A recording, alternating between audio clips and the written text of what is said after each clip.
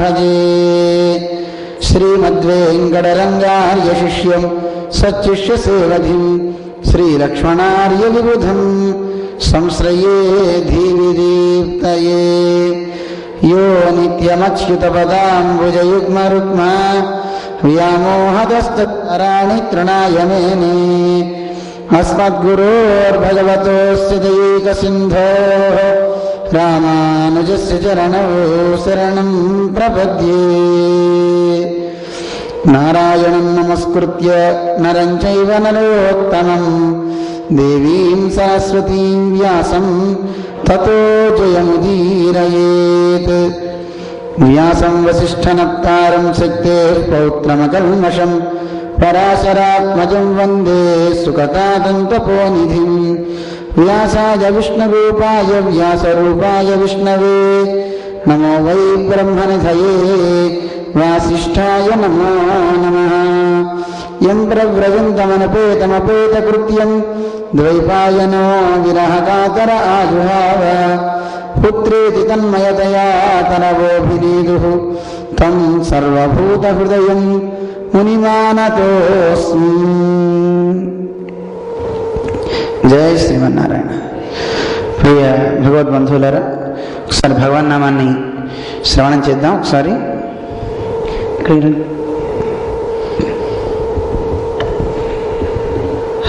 హరినారాయణ గోవింద హరినారాయణ గోవింద హరినారాయణ గోవింద హరినారాయణ గోవింద జయ నారాయణ గోవింద జయ నారాయణ గోవింద జయ నారాయణ గోవింద జయ నారాయణ గోవింద హరినారాయణ జయ నారాయణ హరినారాయణ జయ నారాయణ హరినారాయణ జయ నారాయణ హరినారాయణ జయ నారాయణ శ్రీమన్నారాయణ గోవింద శ్రీమన్నారాయణ గోవింద శ్రీమన్నారాయణ గోవింద శ్రీమన్నారాయణ గోవింద శ్రీనివాస గోవింద శ్రీనివాస గోవింద శ్రీనివాస గోవింద శ్రీనివాస గోవింద శ్రీ వెంకటేశ గోవింద శ్రీ వెంకటేశ గోవింద శ్రీ వెంకటేశ గోవింద శ్రీ వెంకటేశ గోవింద శ్రీనివాస శ్రీ వెంకటేశ శ్రీనివాస శ్రీ వెంకటేశ శ్రీనివాస శ్రీ వెంకటేశ శ్రీనివాస శ్రీ వెంకటేశ తిరుమల వాస గోవింద తిరుమల వాస గోవింద తిరుమల వాస గోవింద తిరుమల వాస గోవింద హరినారాయణ గోవింద హరినారాయణ గోవింద జయ నారాయణ గోవింద నారాయణ గోవింద హరినారాయణ జయ నారాయణ హరినారాయణ జయ నారాయణ శ్రీమన్నారాయణ గోవింద కస్తూరి రంగా గోవింద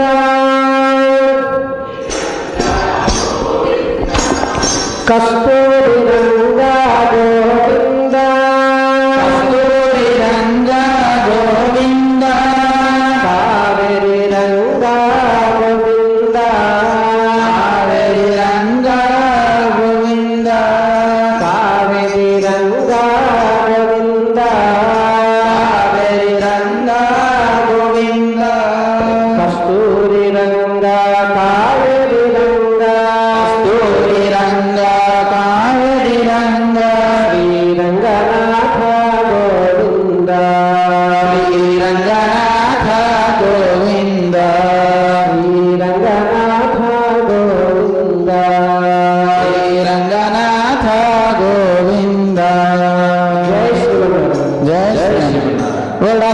कृष्ण भगवान की बोल वेंकटेश भगवान की भाष्यकार रामानुज स्वामी जी महाराज की बोलिए स्वामी जी महाराज की समस्त भक्त वृंद की लक्ष्मी वेंकटरमण गोविंदा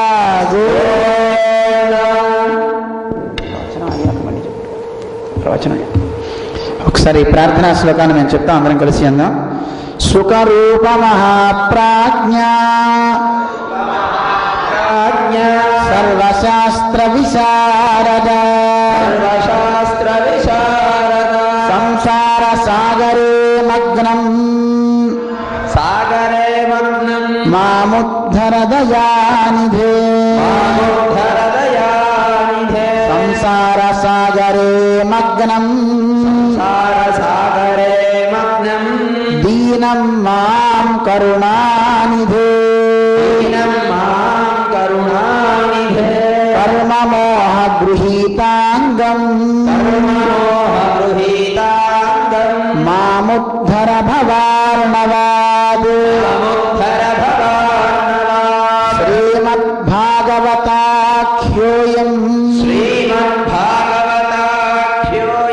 ప్రత్యక్ష కృష్ణ ఏవ హి స్వీకృతోసి మయా నాథ అత్యర్థం భవసాగరే మనోరథం మదీయోయం సకల సర్వదా త్వయా నిర్విఘ్నేనైవ కర్తవ్యో దాసోహం తవ కేశవ. జై శ్రీమన్నారాయణ. జై శ్రీమన్నారాయణ. ప్రియ భగవద్బంధువులారా, శ్రీకృష్ణ యొక్క రాసలీల వైభవాన్ని కొంతవరకు నేను తెలుసుకున్నాం.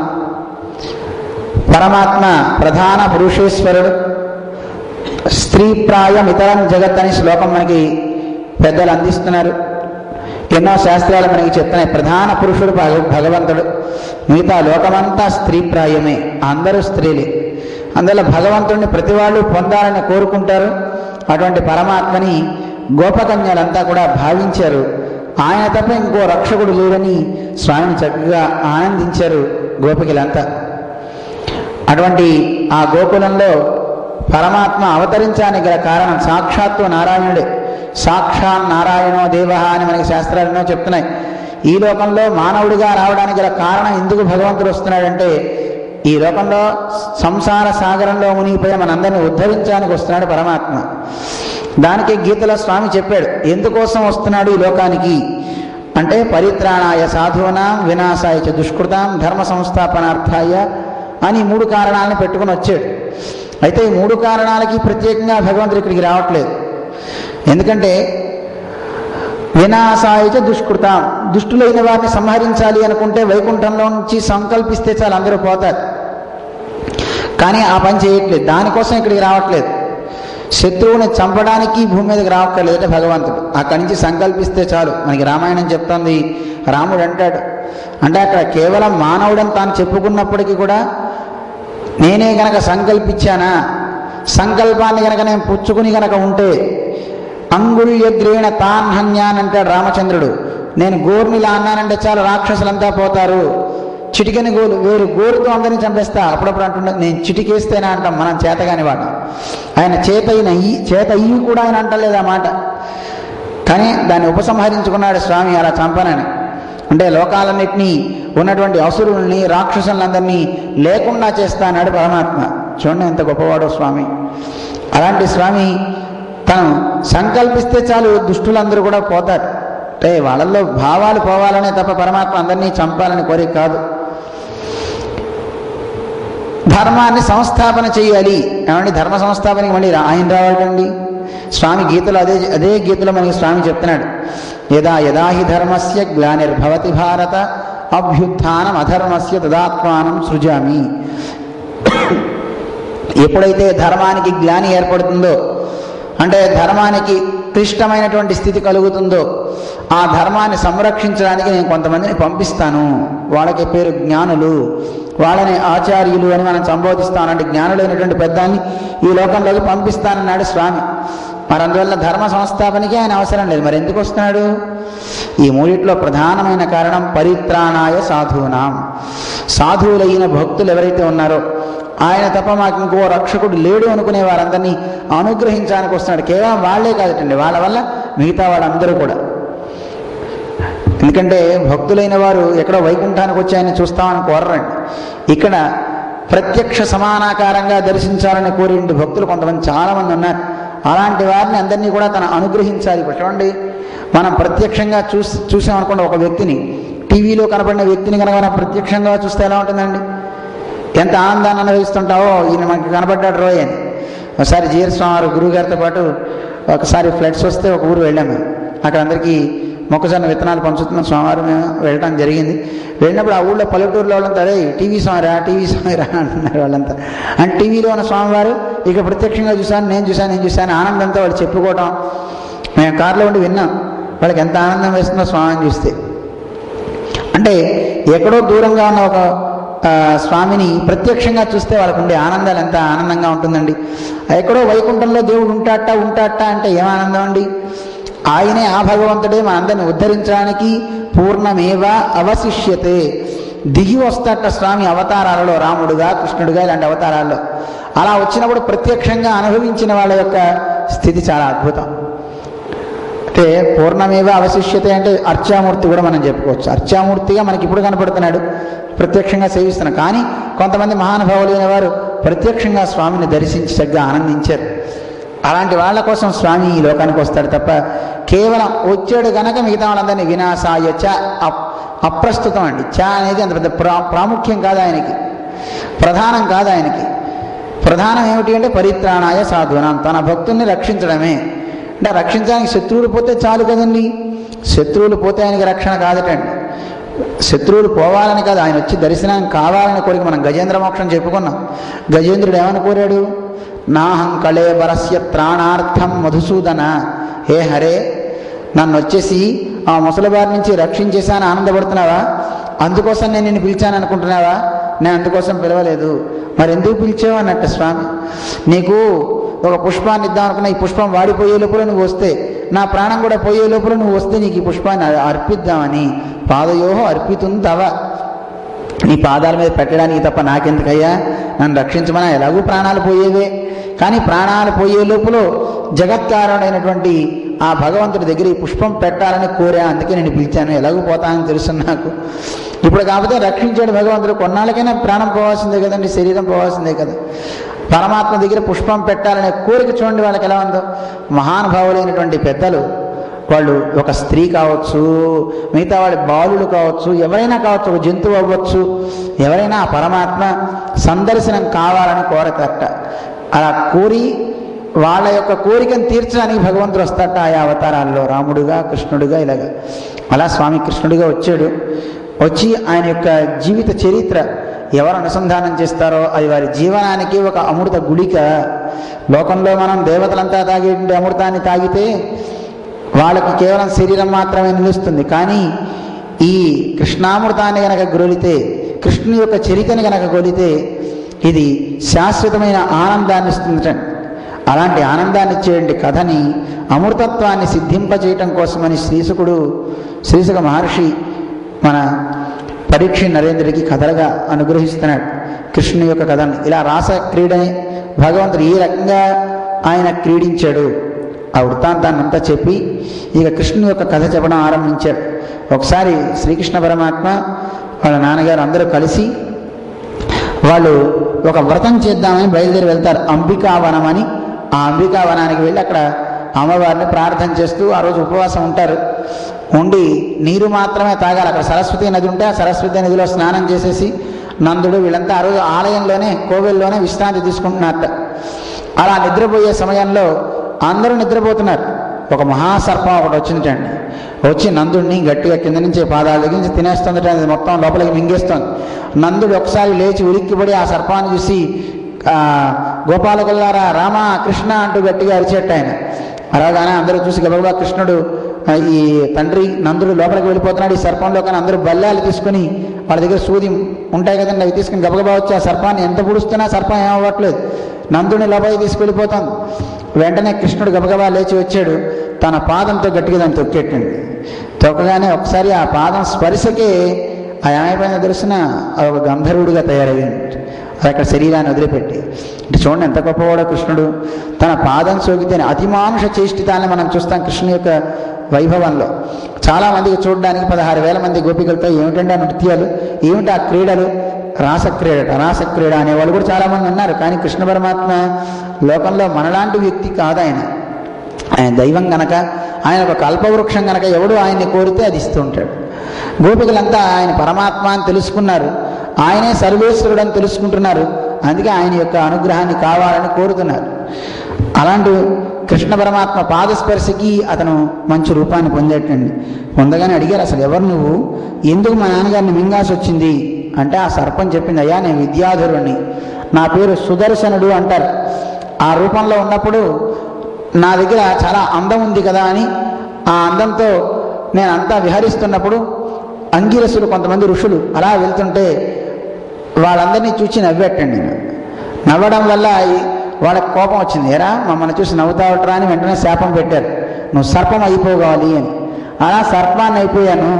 అయితే మహానుభావుల యొక్క ఆగ్రహానికి గురవడం వల్ల కూడా ఒక్కోసారి మంచి జరుగుతుంది కదా, ఇదిగో నీ పాదస్పర్శ నాకు తగిలింది. ఆ మహానుభావులు శపించారని నేనేం అనుకోవట్లేదు, వాళ్లే కనుక శాపం ఇవ్వకపోయి ఉంటే నాకు నీ పదస్పర్శ నాకు తగులుతుందా కృష్ణ అంటూ ఆ సుదర్శనుడు అనేటువంటి విద్యాధరుడు అక్కడ చెప్తాడు. చెప్పిన తర్వాత అక్కడి నుంచి ఆ విషయం తెలుసుకుని అక్కడి నుంచి వెళ్ళిపోతారు. కృష్ణుని యొక్క వైభవాన్ని అందరూ తెలుసుకున్నా ఎంత గొప్పవాడు.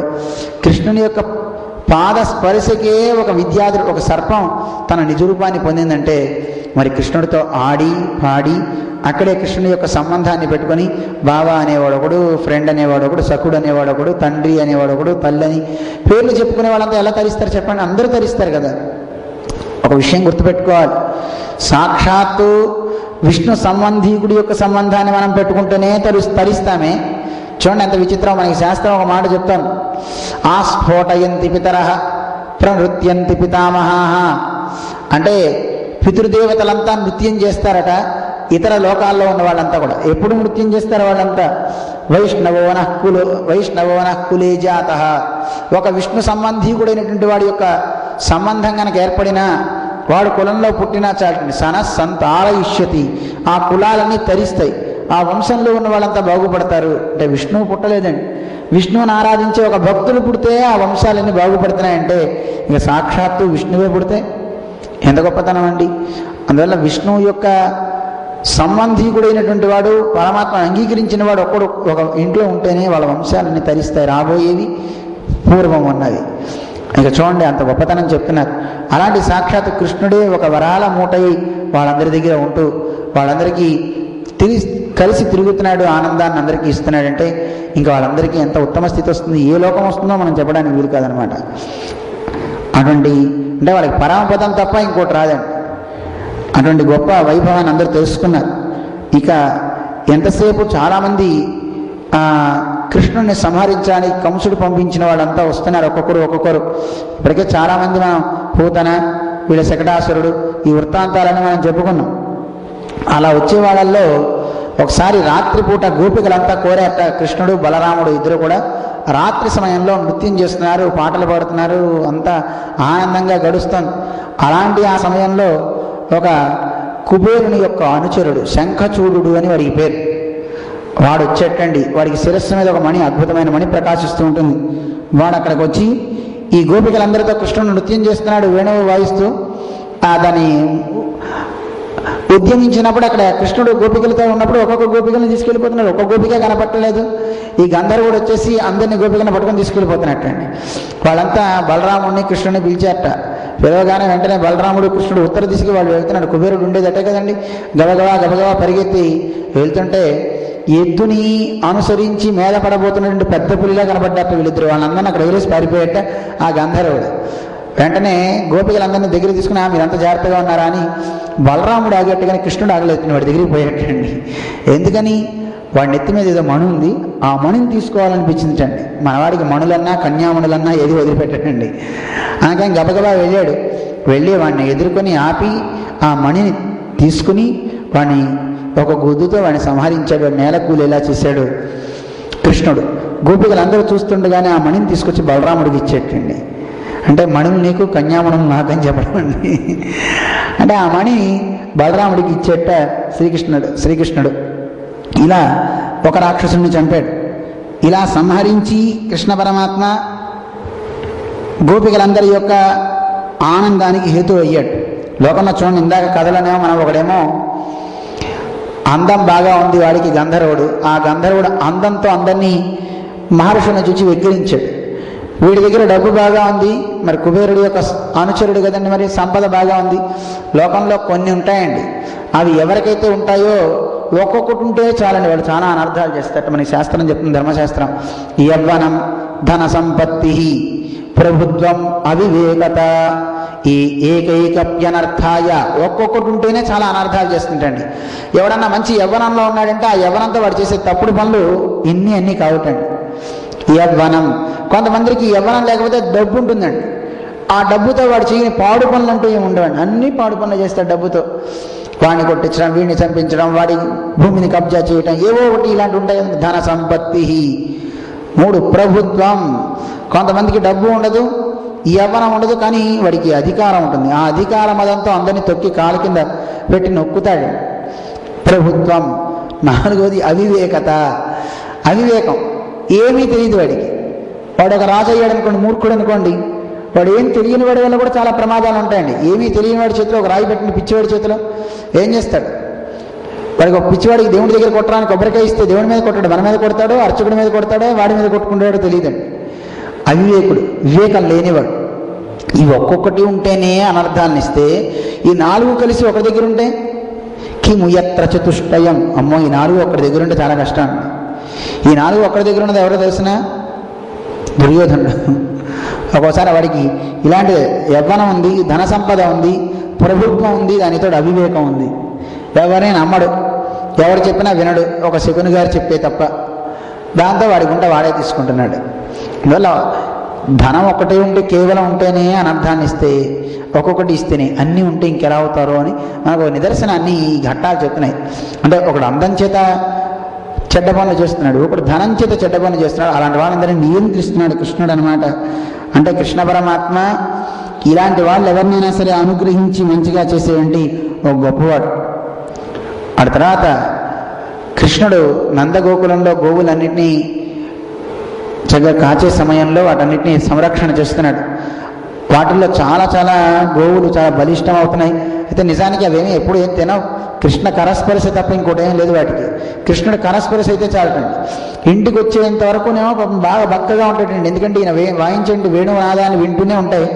మనం చెప్పుకున్నాం కదా, కృష్ణుడు వేణు అని వాయిస్తూ ఉంటే, దాన్ని ఆలపిస్తూ ఉంటే వీళ్ళకి మిగతా వేవి పడ్డాటండి. ఈ గోవులకి మేతనయ్యో, అసలు నీళ్లు తాగో, నెమరవేయవు, ఏమి చేయవు. మమతన్మోములు మీదికెత్తుకొని రోమందంబు చాలించి హృత్కమలాగ్రంబున కృష్ణ నింపి మురళీ గానామృతశ్రేణి కర్ణములంగ్రోలుచు మేతమాని గళితానందాసులై చిత్రితోపములై బొమ్మల్లా అలా చూస్తున్నాడండి. అలాంటి గోవులు, ఆ గోవులంటే కృష్ణుడికి బాగా ఇష్టం అండి. గోవులంటే ఎంత ఇష్టమో చెప్పలేం. అలాంటి ఆ గోవుల మధ్యలో ఒక రాక్షసుడు వచ్చాడు. కృష్ణుని సంహరించాలి అని చాలా బలిసినటువంటి ఒక ఎద్దు, వృషభాసురుడు అని పేరు అనమాట. ఆ వృషభంలోకి ఆ అసురుడు వచ్చాడు కనుక వాడి పేరు వృషభాసురుడు. అలా వృషభంలోకి వచ్చి పెద్ద పెద్ద కొమ్ములు కలిగి ఆ గోవుల మందులో పడి పెద్ద రంకె వేస్తుంటే, ఆ రంకికి బాగా సూడితో ఉన్నటువంటి ఆవులకు కూడా పాపం స్ఖలనం జరిగిందిట. పాపం ఆ బిడ్డలు గర్భస్రావం అయిపోయిందిట పాపం. అలాగే గోవుల మందలన్నింటినీ చెదరవేస్తూ ఆ గోవు విజృంభించేసిందట ఆ వృషభం. కృష్ణ పరమాత్మ అక్కడ నిలబడ్డాడు. ఎరా, నువ్వు ఎందుకు వాళ్ళన్నింటినీ అమాయకమైన జీవుల వైపు వెళ్తావు, నా కోసమేగా వస్తున్నావు దా అని ఒక చేతిని పక్కవాడి భుజం మీద పెట్టేట, గోపాలకుడి భుజం మీద. వాడికి భయం వేస్తుంది, అమ్మో గో వస్తుంది కృష్ణ, గో వస్తుంది కృష్ణ అని. నీకేం భయం లేదన్నాడు. కృష్ణుని చూచి వాడు ధైర్యంతో అన్నాడు. అలా వచ్చి ఆ వృషభాన్ని 8 ధనస్సులు వెనక్కి నెట్టేటండి. దాన్ని నెట్టి దాని కొమ్ములు పట్టుకుని గిరగిరా తిప్పి నేల కొట్టి దాన్ని సంహరించాడు వృషభాసురుడిని. ఇలా వృషభాసురుడు వీళ్ళందరూ చనిపోవడం కంసుడికి తెలిసింది. తెలిసినప్పుడు ఇదే సమయం వీడికి చెప్పాలి అని నారద భగవానుడు అక్కడికి వచ్చేటండి కంసుడి దగ్గరికి. నారదుడు అంటే మనకి చెప్పుకున్నాం కదా, నారం దదాతి ఇది నారద అని జ్ఞానాన్ని ఇచ్చేవాడు కదండి. నారదుడు వచ్చి ఆయనకు ఉపదేశం చేస్తాడు కంసుడికి. ఏమయ్యా, నువ్వేదో ఆనందంగా గడుపుతున్నట్టున్నావే, చూడు మీ సోదరికి పుట్టేటటువంటి అష్టమ గర్భంలో వాడు చనిపోయాడు. ఆడపిల్ల అనుకుంటున్నావు, ఆడపిల్ల కాదు, ఇంకెవరు మిగతా అందరూ చనిపోయారు అనుకుంటున్నావు, కానీ వాళ్ళు నిన్ను చంపడం కోసం నందుడి గృహంలో వాళ్ళు బతికి ఉన్నారు అని వృత్తాంతాన్ని మొత్తాన్ని నారదుడు చెప్పేస్తాడండి. ఇంకా మన వాడికి ఉడికిపోతుంది, ఎంత మోసం చేస్తాడు ఈ వసుదేవుడిని. ఖడ్గాన్ని పట్టుకుని వసుదేవుని చంపడానికి వెళ్ళిపోతాడు. నారదుడు ఆపుతాడు, ఎందుకే బాబు ఆయన్ని చేస్తావు, ముందు నీ ప్రాణాలు రక్షించుకోవాలంటే ఆయన సంగతి చూడు, ఈయన సంగతి తర్వాత. అయితే సరే అని ముందు కారాగారంలో బంధించండి వాళ్ళని అని దేవకి వసుదేవుని మళ్ళీ కారాగారంలో పడేస్తాడు. ఈ యాదవులంటే అస్సలు మంచి ప్రేమే లేదండి, చాలా కోపం అన్నమాట ఇతనికి. తన తండ్రిని కారాగారంలో పెడతాడు, ఉగ్రసేనుడిని కూడా. అలా కంసుడు మిగతా వాళ్ళందరినీ ఏర్పాటు చేసి అక్కడ ఈయన దగ్గర ఉద్ధవుడిని పిలుస్తాడు. ఆయన్ని పిలిచి ఆయనకి అక్రూరుడిని పిలుస్తాడు. అక్రూరుడిని పిలిచి అతనికి చెప్తాడు, ఇదిగో అక్రూరా, నీకు పరమాత్మ అంటే బాగా ఇష్టం కదా, కృష్ణుడు అంటే నువ్వు ఎలా అయినా సరే, అంటే ఈ అక్రూరుడు ఈ దగ్గర జాబ్ చేస్తుంటాడు అనమాట, సేవకుడుగా ఉంటాడు. అందువల్ల నువ్వు వెళ్ళి కృష్ణుడిని ధనుర్యాగం చేస్తున్నావని తీసుకురా మంచిగా. ఇక్కడికి తీసుకొచ్చిన తర్వాత మనం వెళ్ళటం, ఇప్పటిదాకానేమో గూఢంగా పంపించాడు ఒక్కొక్క శత్రువుని, ఇక నిజంగా ప్రధానంగా ఎదుర్కోవాలి కృష్ణుడిని అని వాళ్ళిద్దరిని కృష్ణుడిని బలరాముని తీసుకురమ్మని అక్రూరుణ్ణి పంపిస్తాడు. చెప్తాడు నువ్వు వెళ్ళు అని. కృష్ణుడు వచ్చే సమయంలో ఏనుగు కువలయాపీడనమని ఒక ఏనుగు, ఆ ఏనుగుని నియంత్రించేటి వాడి మావటి వాడికి చెప్తాడు, నువ్వు చంపవలసింది అని. కృష్ణుడు రాగానే ఏనుగుని నువ్వు ప్రకోపింపచేసి కృష్ణుడిని తన పాదాలతో తొక్కి చంపేలా చెయ్యి అని చెప్తే, అమ్మ బాబాయ్, అయ్యా కృష్ణుడిని మేనల్లుడు, అలాంటి వాడిని చంపడం తప్పు కదా, బంధువుల్ని చంపకూడదు కదా, బంధువుల మీద కనీసం నీకు ప్రేమ కూడా లేదే, మేనల్లుడిని మేనకోడల్ని చూస్తే అందరికీ ఎంత ప్రేమ వస్తుంది. అసలు ఇప్పుడే చెప్తున్నాడు వీడు, అంతకుముందు ఎంతమందిని చంపాడండి కంసుడు, అప్పుడేం మాట్లాడలేదు ఎవరు. చెప్తే అప్పుడు చెప్తాడు, ఇదిగో మీకు విషయం తెలిసినా నాకు బంధువుల మీద ప్రేమ ఉండదు, నాకు బంధువుల వినాశనమే నేను ఎక్కువ కోరతానని నాకు ఒక వరం కూడా ఉంది, ఒక శాపం కూడా ఉంది అని చెప్పేటండి. వారి తల్లి యొక్క కథనే చెప్తాడు. వారి తల్లి గృహంలో ఉన్నప్పుడు, తండ్రి ఎక్కడో బయట ఉన్నప్పుడు, ఆ సమయంలో వాతావరణం యొక్క మంచి పతివ్రతటండి కంసుని తల్లి. ఆ సమయంలో గాలి చక్కగా ఉండడం, వాతావరణం చల్లగా ఉండడం, అయ్యో భర్త లేరే అని ఆవిడ చింతిస్తుంటే ఒక గంధర్వుడు, ద్రమిడుడు అని పేరు, వాడు కామించి వాడు తన భర్త రూపాన్ని పొంది ఈవిడ దగ్గరికి వచ్చి ఈవిని అనుభవిస్తాడు. తెలుసుకుంటుంది పతివ్రత కనుక. అప్పుడు శాపం పెట్టబోతుంది. వాడు భయపడిపోతాడమ్మో, నువ్వేం చేయొద్దు, నేను ఏం పర్వాలేదు, దేవతలం మేము రావటం వల్ల నీకు ఇంకా మంచిదే, మంచి కుమారుడు పుడతాడంటే, ఏమయ్యా పతివ్రత స్త్రీ ఎప్పుడు కూడా ఇలాంటిది కోరదు, ఇలాంటి దుశ్చర్యను నువ్వు చేసావు, నీ వల్ల పుట్టేంటి పిల్లవాడు నాకు దుష్టుడవుతాడే తప్ప, నీచుడవుతాడే తప్ప వాడు యోగ్యుడు అవడానికి వీలే లేదు అని ఈవిడే తన గర్భంలో వచ్చేయండి ఆ శిశువుకి చెప్తూ ఉంటుంది. వెంటనే ఇంకేం మాట్లాడుతుందోనని వెంటనే వాడే గంధర్వుడే ఒక శాపాన్ని పెట్టేస్తాడు. చూడు, నీ కడుపున పుట్టే ఆ పిల్లవాడే నీ బంధువుల్ని అందరినీ చంపేవాడవుతాడు, మారకుడు అవుతాడని శాపం పెట్టి వాడు అక్కడి నుంచి వెళ్ళిపోతాడు అనమాట ఆ గంధర్వుడు. ఇలా పెట్టారు తెలిసిన, అందువల్ల నా తల్లికి పుట్టడం వల్ల నాకు ఆ నారదుడు ఉపదేశిస్తాడనమాట. ఇవన్నీ నీకు ఇలా అయిందని చెప్పాడు నాకు నారదుడు, అందువల్లే నేను మా సోదరుని కానీ తండ్రిని కానీ కృష్ణుడు వీళ్ళందరినీ చంపాలని ఉద్యమిస్తున్నానంటే కారణం ఇదే, నాకు నారదుడు చెప్పాడు నా జన్మ వృత్తాంతాన్ని, మీరేం భయపడక్కర్లేదు, చేయండి. అలాగే చాణూర ముష్టికులను కూడా పిలుస్తాడు. వాళ్ళందరినీ కూడా కృష్ణుడిని ఒకవేళ అక్కడ కనుక కాకపోతే ఇక్కడ చంపండి అని అన్ని ఏర్పాట్లు చేసేస్తాడు. అక్రూరుణ్ణి వెళ్ళమంటాడు కృష్ణుడిని తీసుకురావడానికి. ఈ లోపల అక్కడ బృందావనంలో కృష్ణుడిని చంపడానికి ఇదివరకు పంపించినటువంటి రాక్షసులంతా కృష్ణుడి దగ్గరికి ఒక్కొక్కరుగా వెళ్తున్నారు. కేసి అనే ఒక రాక్షసుడు, వాడు ఒక గుర్రంలో ఆవహించి కృష్ణుని సంహరించడానికి వెళ్తాడు. నిజానికి పరమాత్మకి పేరు ఈ కేసి అనే గుర్రంలో ఉన్న రాక్షసుని చంపడం వల్ల వచ్చింది అని చెప్తారు, కేశవ అని. ఏమంటారు, పేర్లు చాలా ఉన్నాయి, అందమైన కేశాలు ఉంటాయి కానీ ఈ పేరు కేశవ అని.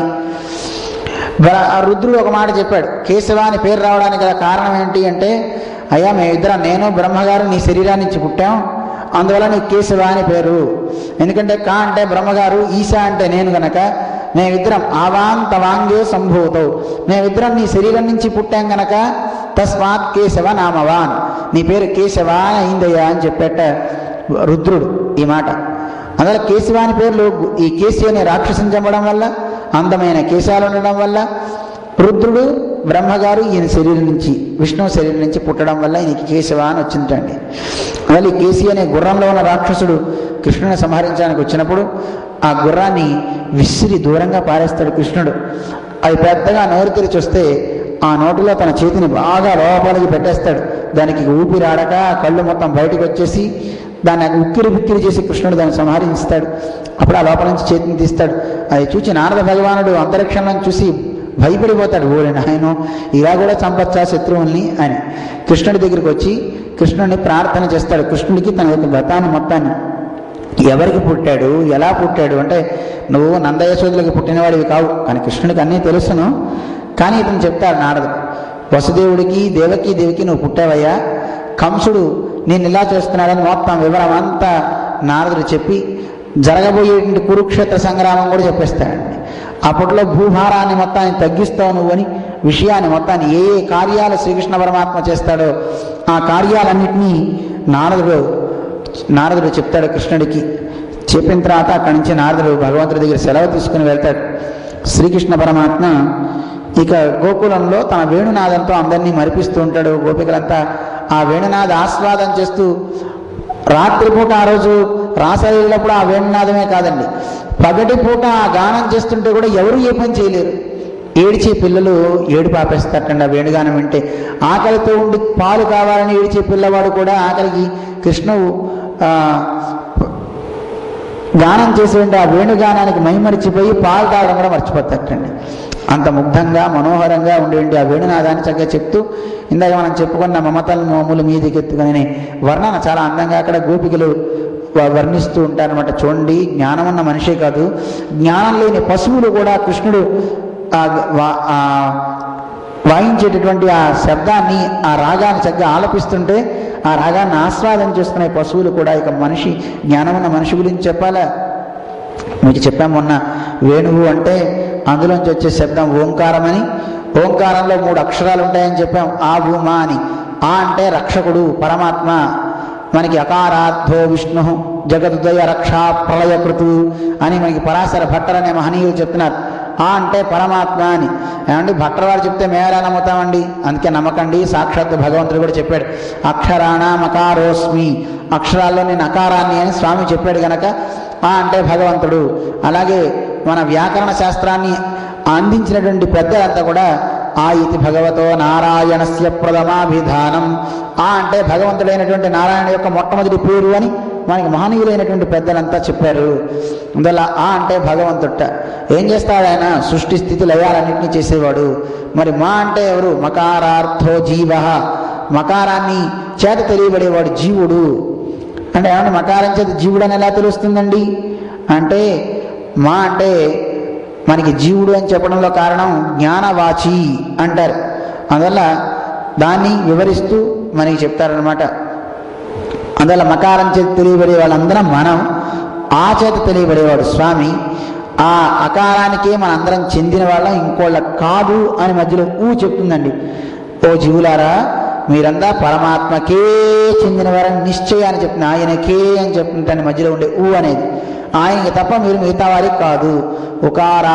ఉకారం చెప్పేది అనన్యార్హం, ఇంకోళ్ళకి చెందినవాడికి కాదు. అర్హం అంటే ఇంకోళ్ళకి తగి ఉండటం, అన్యులకి అర్హం అనమాట. అన్యార్హం అంటే దాని ముందు ఇంకో ఆ చేర్చామనుకోండి, అనన్యార్హం, ఇంకోళ్ళకు నువ్వు చెందినవాడివి కాదు. మరి ఎవరికి చెందినవాడివి? పరమాత్మకి చెందినవాడు అని చెప్తుంది. ఆ వేణునాదం కూడా అదే చేస్తుంటండి. నువ్వు ఇంకోటికి చెందినవాడివి కాదయ్యా, నువ్వు ఆయనకే చెందినవాడివి అని చెప్తుందటండి. అలా వేణునాదాన్ని అక్కడ ఆ రాగాన్ని విని ప్రతివారు కూడా ఆస్వాదిస్తూ అంతా మైమర్చిపోయి ఉన్నారు. అలాంటి చోటకి అక్రూరుడు బయలుదేరి వెళ్తాడు కృష్ణ సందర్శనానికి. అలా వెళ్లే ముందు చిట్ట చివరిగా కంసుడు పంపించిన రాక్షసుల్లో ఇంకొకడు మిగిలిపోతాడండి. వాడి పేరు వ్యోమాసురుడు అని ఒక రాక్షసుడు. కృష్ణుడిని సంహరించాలి అని వెళ్తాడు. కృష్ణ పరమాత్మ తన ఫ్రెండ్స్ అందరితో కలిసి ఆడుతున్నట్ట ఆటలు. ఆడేటప్పుడు చాలా చమత్కారమైన ఒక క్రీడను ఆడుతున్నట్టండి. ఇప్పుడు అడవిలో ఉన్నప్పుడు తోడేళ్ళన్నీ ఉంటాయి కదండి, చాలా తోడేళ్ళు. వీళ్ళంతా పశువుల్ని కాచుకునేటప్పుడు ఆ తోడేళ్ళు వచ్చి ఒక్కొక్క మేకని ఎత్తుకుపోతున్నట్టుగా వీళ్ళు ఆట ఆడారు. ఒక తోడేళ్ళు వేషం వేసుకుని ఒకడు వస్తాడు, ఒక మేకను పట్టుకుని పోతాడు, ఒక చోట దాచేస్తుంటాడు అనమాట. ఇలా ఆట ఆడుతూ ఉండే సమయంలో ఒక గోపబాలికుడి రూపంలో ఒక రాక్షసుడు వచ్చాడు, వ్యోమాసురుడు అని పేరు వాడికి. వాడు వచ్చి ఒక్కొక్క పిల్లవాడిని ఎత్తుకుపోవడం, గుహలో పెట్టేయటం, ఒక్కొక్కరిని ఎత్తుకుపోవడం. ఎవ్వరూ లేరు, కృష్ణుడు ఒక్కడే ఉన్నాడండి. చివరికి కృష్ణుడు గమనించాడు, ఓహో వీడెవరో తెలిసిపోయిందని వాడితో యుద్ధం చేసి ఆ వ్యోమాసురుని సంహరిస్తాడు. ఆ గుహ దగ్గరికి వెళ్ళి ఆ గుహలో ఉన్నటువంటి పిల్లలందరినీ తీసుకొస్తాడు. అయితే ఇక్కడ వ్యోమాసురుడు అంటే ఎవరు, ఆ గుహ ఏమిటి, వీళ్ళెవరు అంటే గుహ అంటే శరీరం. ఆ శరీరంలో తీసుకువెళ్ళి పెడుతున్నారు ఆ ఉన్న వాళ్ళంత జీవులు. వ్యోమాసురుడు అనేవాడు ఒక మాయ. మనం కూడా చూడండి, మనందరం ఈ శరీరంలో చిక్కుకుపోవడానికి గల కారణం ఏంటి, మనం చేసుకున్న అవిద్య, కర్మ. ఆ మాయ మనందరినీ తీసుకొచ్చి ఇందులో పెడుతుంది ఈ శరీరంలో. పెట్టినప్పుడు ఈ మాయను తొలగించేవాడు ఎవడు, పరమాత్మే కదండి. ఎవడైతే భగవన్నామాన్ని అనుసంధానం చేస్తూ ఉంటాడో అలా అనుసంధానం చేసే మహనీయుల్ని పరమాత్మ ఆ మాయను తొలగించేసి ఆ గుహలో ఆయన ఉండి మనం బయటికి తీసుకొస్తాట. అంటే ఈ శరీరం నుంచి మనం బయటికి తీసుకొచ్చి ఉత్తమమైనటువంటి సంస్కారాలు ఇచ్చే ఒక సౌభాగ్యాన్ని ఇస్తాట స్వామి. అటువంటి వ్యోమాసురుడనే రాక్షసుని చంపుతాడు పరమాత్మ. చంపి గోపాలకులందరికీ రక్షణ ఇస్తాడు. జ్ఞానులైన పెద్దలు, మనం ఇందాక చెప్పుకున్న అంగిరసుడని ఆ మహర్షులంతా వాళ్ళని ఏదో వెక్కిరిస్తే శాపం పెట్టారు. కానీ ఈ గోపాలకులు కానీ ఇందాక గోపికలు కానీ రాక్షసులు ఎత్తుకుపోతుంటే పాపం వాళ్ళకి ఏం బలం లేదు. వాళ్ళకి ఏమిటి బలం, కృష్ణుడు తప్ప ఇంకో బలం లేదు. అందువల్ల కృష్ణుడు ఏం చేస్తాడో తెలుసిన, ఆయన్నే విశ్వసించిన వాళ్ళు, ఆయనంటే ఇంకో దైవం లేదని విశ్వసించిన వాళ్ళు ఎవరైతే ఉన్నారో అలాంటి వాళ్ళ పూర్తి రక్షణ తానే చూస్తాడండి. భక్తాన్ ఆత్మ శరీరవత్. మన శరీరం అంటే మనకి ఎంత ప్రేమ అండి చూడండి. ఉంటుందా ఉండదా చెప్పండి ప్రేమ? ఏమన్నా చిన్న దెబ్బ తగిలితే వెంటనే ఏదో దాని మీద మందు వేయటమో, ఏదో సంరక్షణ చేసుకోవటమో, ఏదో స్నానం చేయటమో, మంచి బట్టలు కట్టుకోవటమో. మీరు బట్ట కట్టి ఆనందించే దేనికండి? శరీరానికే కదండి. శరీరం అందంగా ఉండాలే కదండి. ఎన్ని టక్కులు చేస్తారు, ఎన్ని టెక్కులు ఉంటాయండి మనిషికి, ఎంత అలంకారాలు చేసుకుంటారండి, ఎన్ని పూసుకుంటారండి. అంటే శరీరం మీద ప్రేమ ఉంటాయి కదండి. మీకే కనుక ప్రేమ లేకపోతుంటే మీకు శరీరానికి ఏమైనా మీరు పట్టించుకుంటారా? కానీ మనకి శరీరం అంటే ప్రేమ ఉందా లేదండి? ప్రేమ ఉంది. ప్రేమ ఉండే టైం అయితే చాలండి, ఏదో ఒకటి పడేయాలి. పులిహార తిన్నా, చక్కెర పొంగల్ తిన్నా, దద్దోజనం తిన్నా, చపాతీ తిందామా కదండి. ప్రతివాడికి ఎవరికైనా ఈ శరీరాన్ని సంరక్షించుకోవాలి, దీన్ని బాగు చేసుకోవాలనే ఒక ఆసక్తి ఉంటుంది.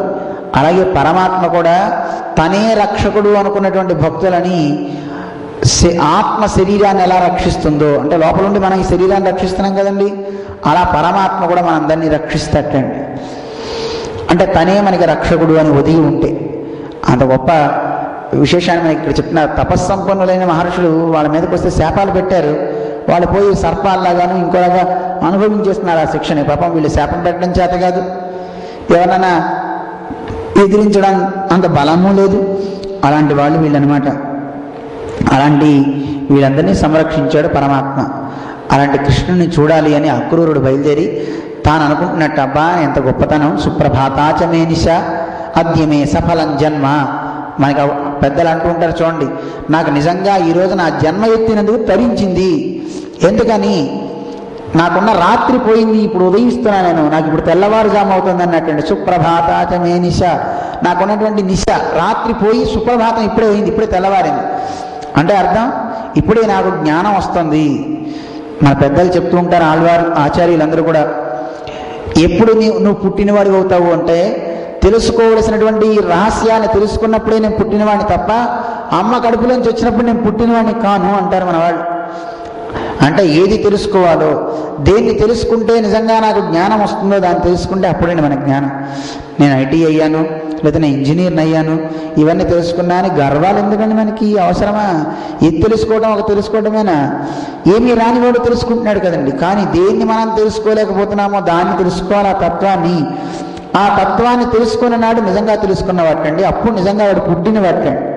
అన్ను నాన్ పిరందిలేన్ పిరంద పిన్మరం దిలేన్ అంటారు మన ఆచార్యులు. అయ్యా మేము తల్లి నుంచి పుట్టినప్పుడు యోని, అమ్మ గర్భం నుంచి పుట్టినప్పుడు మేము నిజంగా పుట్టిన వాళ్ళం కాదు. ఎప్పుడు పుట్టిన వాళ్ళం? ఒక గురువు ద్వారా నీ తత్వాన్ని తెలుసుకొని, నీ రూపాన్ని తెలుసుకొని, నీ మంత్రాన్ని అనుసంధానం చేసిన తర్వాత నీ గుణ వైభవాన్ని తలుచుకుంటూ ఆ తర్వాత మళ్ళీ మేము నిన్ను మర్చిపోయిన వాళ్ళం కాదు, అప్పుడే మేము పుట్టిన వాళ్ళం అని చెప్తారు మన ఆచార్యులందరూ.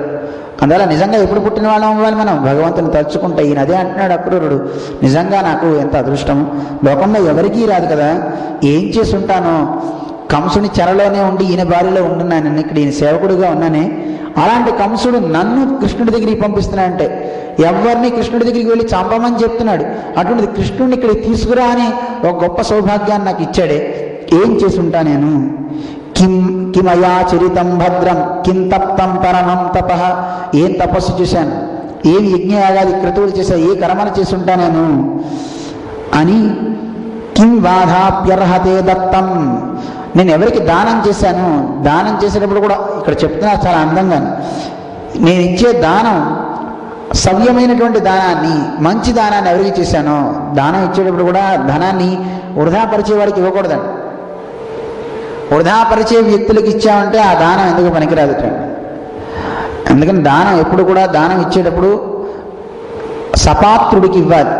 ఎక్కడ దానం చేస్తే ఆ ద్రవ్యం శుద్ధి అవుతుందో ఆ ద్రవ్యం, చూడండి ఏదో రకంగా మనం సంపాదించే సంపాదనలో ఎన్ని దోషాలు ఉంటాయండి చెప్పమంటారా? సంపాదనలో దోషాలు. 4 రోజులు మనం ఉద్యోగం చేయాలి, ఉద్యోగం చేస్తే మనకి రావాల్సిన ఆదాయం, నువ్వు 8 గంటలు రోజు తక్కువ కాకుండా వర్క్ చేయాలి, నీ వర్క్కి సుమారుగా $15,000 $30,000 నెలకి శాలరీ అన్నారనుకోండి, రోజుకి 8 గంటలు చేయాలి. 8 గంటలు కరెక్ట్గా మనం చేస్తాంటండి. ఇప్పుడు ఆన్లైన్ ప్రాసెస్ వచ్చింది, కంప్యూటర్ దగ్గర పెట్టుకుంటాం. ఏం దేవుడి పనులు అయితే పర్వాలేదు అనుకోండి, ఏదైనా వృత్తే కదండి, అది పెట్టేసే సినిమా హాల్లోకి వెళ్ళి కూర్చున్నాడు అనుకోండి, మరి ఆ నెలలో వచ్చే ఆదాయం వస్తుంది కదండి వీటికి. మరి ఈ 8 గంటల డబ్బు కూడా అది అన్యాయంగా సంపాదించిందే అవుతుంది కదండి. లేదు వర్క్ చేస్తూ నిద్రపోతున్నావు అనుకోండి, వర్క్ చేయలేదనుకోండి, అంటే నువ్వు చేసే వృత్తిలో కావచ్చు, వ్యాపారంలో కావచ్చు, అనేక రకాల దోషాలు మనం చేస్తుంటాం. వ్యాపారం చేసేవాడైతే ఎదుటివాడిని మోసం చేయాలి అనే బుద్ధితో వ్యాపారంలో వాడు అనేక రకాలైనటువంటి పాడు పనులు చేస్తూ ఉంటాడు. ఆ పాడు పనులు చేయడం వల్ల వాడికి వచ్చే ఆదాయం కూడా అన్యాయమే. అందువల్ల అన్యాయార్జితం విత్తం, ఇది పర్వాలేదండి. చాలామంది ఎలా సంపాదిస్తారో తెలిసిన, ఎదుటివాడి మీద నెత్తి మీద చేయి పెట్టేసి వాడి పక్కనే ఉంటూ వాడికి తెలియకుండా గోతులు తీసి వాడి దగ్గర ధనాన్ని లాగేస్తుంటారు. అది చాలా చాలా ఇబ్బందులు అనమాట. అలాంటి ద్రవ్యం కనుక దగ్గరుందా, అన్యాయార్జితం విత్తం సమూలం వినశ్యతి. మీరు కష్టపడి సంపాదించిన 10 లక్షలు అన్యాయంగా ఒక 10,000 ఎక్కడో సంపాదించి పెట్టారనుకోండి, ఈ 10,000 మిగతా 10 లక్షలు అవుతుంటండి, మొత్తం బయటికి పోతాయి. అందుకే ద్రవ్యాన్ని శుద్ధి చేసుకో, దాన్ని బాగుపరుచుకో. అన్నం తినేటప్పుడు కూడా నువ్వు తినే ఆ ద్రవ్యం కూడా నీకు దోషం భూయిష్టమే. ఎందుకని? భూమిని దున్నుతుంటే విత్తనం వేసి ఆ భూమిలో ఉన్న జీవరాశులన్నీ ఎన్నిపోవట్లేదండి. మొక్క పెరిగిన తర్వాత దానికి ఎరువులు వేసే సమయంలో దానికి కొన్ని క్రిములన్నీ చనిపోవడం కోసం మందు కొడుతున్నారే. చెట్టు నుంచి కాయను వేరు చేసి, ఆ వేరు చేసిన తర్వాత ఆ కాయల్లో పుచ్చులు పురుగులు ఉంటే వాటిని చంపుతున్నారే. ఇన్ని రకాలైనటువంటి ఒక కాయ మనకి రావాలి, ఒక వస్తువు మనం తినాలంటే ఎన్నో జీవులు పోవాలి, ఎన్నో జీవులు పోతే తప్ప మనం తినాలి వాటిని. మళ్ళీ బియ్యంలో కూడా పురుగులు ఉంటాయి కదండి, కడిగినప్పుడు అయిపోతాయి కదండి. ఇన్ని పోయిన తర్వాత ఒక గింజ తినడానికి ఇన్ని పాపాలు అవుతున్నాయి చూడండి. అందుకే ఇన్ని దోషాలను వద్దనుకున్నా, కావాలని చేయకుండా మంచిగా ఉన్నా ఏవో ఒకటి వస్తూనే ఉంటాయి. అందుకే ఆ దోషం పోవడానికి ఒక్కసారి దేవుడికి చూపించు, తండ్రి ఇది నీది అని అంటే చాలు. ఈ దోషాలు పోవడం కోసం దేవుడికి పెట్టకూడదండి. ఈ పాపాలను నువ్వు తీసుకో, ప్రసాదం అంతా నాకు ఇచ్చి అనకూడదండి. అలా అంటే మంచిది కదా. తండ్రి ఇది నీది, మరి లోపల నువ్వే ఉన్నావు కదా, ఇది నీకే సమర్పిస్తున్నా అనే భావనతో ఎవడు తీసుకుంటాడో దానికి ఆ దోషం అంటకుండా అవుతుంటండి. ఆహారం శుద్ధి అవుతుంది అంటారు. అందువల్ల అన్నింటినీ శుద్ధిపరచుకోవాలి. శుద్ధిపరచుకోవాలంటే దానం చేయాలి, సంపాదించే ద్రవ్యాన్ని శుద్ధిపరచుకోవాలి, అలాగే తినేటటువంటి ద్రవ్యాన్ని శుద్ధిపరచుకోవాలి. అందువల్ల అలా శుద్ధిపరచుకునేటప్పుడు ఎవరికో అనర్హుడికి ఇవ్వకూడదు, అర్హుడైనటువంటి వాడికి, భగవద్భక్తుడికి, మంచివాడికి, లేదు ఇబ్బంది పడేటువంటి ఒక హీనుడైనటువంటి వాడికి, అలాంటి వాడికి నువ్వు చేస్తే అవసరమైన వాడికి చేయనంత తగినంత సేవ కనుక చేసినట్లయితే అది మంచి లాభాన్ని చేకూరుస్తుంది. అలాంటి దానం ఏం చేసి ఉంటానని అక్రూరుడు అనుకుంటున్నాడు. ఏ దానాన్ని చేశానో నేను, కిం వాధాప్యర్హతే దత్తం, అర్హుడైన వాడికి ఎవరికి నేను ధనాన్ని ఇచ్చున్నాను. యద్రక్ష్యామ్యద్య కేశవం, యద్రక్ష్యామి, ఇప్పుడు నేను చూస్తున్నాను, ఎవరిని చూడబోతున్నాను అంటే కేశవం, అద్య కేశవం, ఇప్పుడు కేశవుణ్ణి చూడబోతున్నాను, నేను విష్ణువుని చూడబోతున్నానని ఆనందపడుతున్నాడు అక్రూరుడు. అనుకుంటూ వెళ్తున్నట్ట, రథంలో వెళ్తూ నేను వెళ్ళగానే కృష్ణుడు నన్ను పలకరిస్తాడు. ఏమై బాగున్నావా అక్రూరా అంటాడు. ఏమై ఎలా ఉన్నావో అంటట. ఇలా అంటుంటే ఎంత ఆనందం నాకు అని ఏవైతే భావించుకుంటూ వెళ్ళాడో ఆ భావన అక్కడికి వెళ్ళేట ఆ బృందావనానికి అడుగు పెట్టాడు. బృందావనంలో రథంలో వెళ్తూ అప్పుడే శ్రీకృష్ణ పరమాత్మ గోవులన్నింటినీ తీసుకుని వస్తున్నట్ట లోపలికి ప్రవేశించాడు. అక్కడ కృష్ణుని యొక్క పాద అడుగులు గుర్తులు కనపడుతున్నాయి. ఆ గుర్తులు చూసి అవి కృష్ణుడు అని గుర్తించేటండి. ఎలా గుర్తించాడు అంటే ఆ అడుగు లోపల ముద్రలు పడ్డాటండి. శంఖం, చక్రం మనకి ఉంటాయి కదండి. రథాంగ కల్పక ధ్వజారవింద అంకుశ వజ్రలాంఛనం, ఒక ధ్వజము, ఇవన్నీ అంకుశము, ఇవన్నీ కనపడ్డాటండి. ఆ పాదం యొక్క అచ్చు, ఆ పాదాన్ని ఇలా అడుగు వేయగానే, అందరి పాదం అడుగు వేస్తే వేరండి, ఆయన పాదం కృష్ణుడు అడుగు వేస్తే వేరండి. ఆ ముద్రలన్నీ కనపడ్డాయి. వెంటనే దూకి ఆ రథం మీద నుంచి ఆ మట్టిలో పొర్లేట. ఎంత గొప్ప భావనండి. అందుకే ఆ కృష్ణుడు నడయాడిన భూమి గనక ఇప్పటికీ బృందావనంలో చాలామంది మహానులైన పెద్దలు అక్కడికి వెళ్ళి ఆ మట్టిలో పొరలాడుతూ ఉంటారన్నమాట. కృష్ణుడు అక్కడ ఆడిన భూమి, అక్కడ తిరిగిన భూమి, తన పాదం సోకినటువంటి భూమి అని.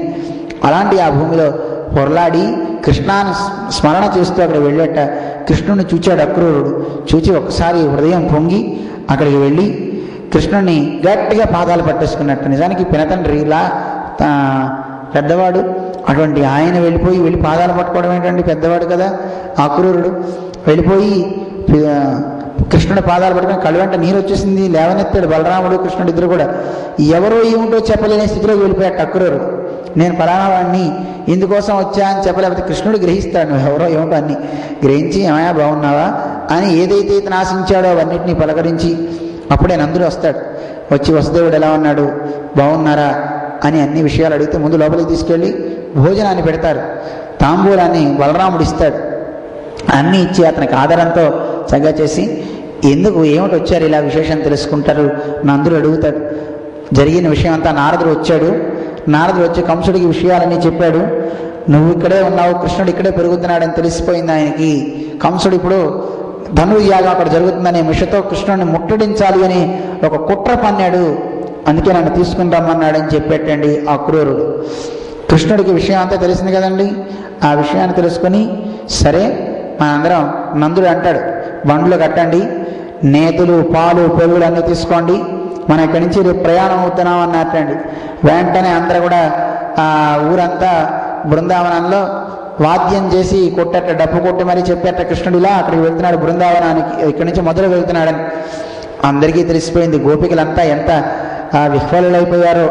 వాళ్ళంతా కృష్ణుని విడిచిపెట్టి ఒక క్షణం కూడా ఉండలేనటువంటి స్థితిలో వాళ్ళందరూ చాలా బాధపడుతూ అందరూ అన్నట్ట అక్రూరుడు వచ్చారు అనుకున్నాను, పేరులో చూడండి ఎంత మంచి పేరు ఉందో, అక్రూర క్రూర హృదయ అన్నట్టండి. ఎంత క్రూరుడు ఈ అక్రూరుడు. ఎందుకని మా నుంచి కృష్ణుని వేరు చేసేస్తున్నాడే. నిజంగా గనక ఈయన అక్రూరుడే అయ్యి ఉంటే కృష్ణుని ఇక్కడ దించి వెళ్ళిపోయేవాడే కదండి. అంటే అక్రూర అంటే క్రూర అంటే క్రూరుడు, క్రూరమైన హృదయం కలిగిన వాడు, వాడికి దయా పాడు ఏమి ఉండదండి, ఏది పడితే అది చేసేస్తుంటాడు. కానీ నీ పేరేంటి అక్రూర అంటే క్రూర బుద్ధి లేదటండి. అందువల్ల నేను అక్రూరుట. కానీ వీళ్ళందరికీ కోపం వచ్చి అక్రూరుండని పేరు పెట్టుకొని నేడు అస్మన్మనోవల్లభం చక్రిన్మాకడ వాపి కొంచుపరు. వీళ్ళంతా అంటున్నారు చూడండి, అక్రూరుడని పేరు పెట్టుకొని మా మనోవల్లభుడైనటువంటి ఆ చక్రిని మా నుంచి దూరం చేసేస్తున్నాడు. ఎలాంటి వాడు ఇతను? ఇతను మామూలు వాడు కాడు. క్రూరస్త్వం అక్రూరః, వీడు క్రూరుడే తప్ప అక్రూరుడు కాదు అని గోపికలంతా పాపం అక్రూరుని నిందిస్తారు. కానీ వెళ్ళేది ఇతను భగవత్ కార్యం, అది కృష్ణుడికి ఆనందాన్ని కలిగింపజేసే కార్యం చేస్తున్నా. ఇంత పాపం ఇతనికేం తెలియదు. రథంలో ఎక్కి కృష్ణుడిని ఎక్కించి తీసుకువెళ్తున్నారు. ఆ రథాలన్నీ వెళ్తున్నాయి. గోపికలంతా అక్కడికి వచ్చారట.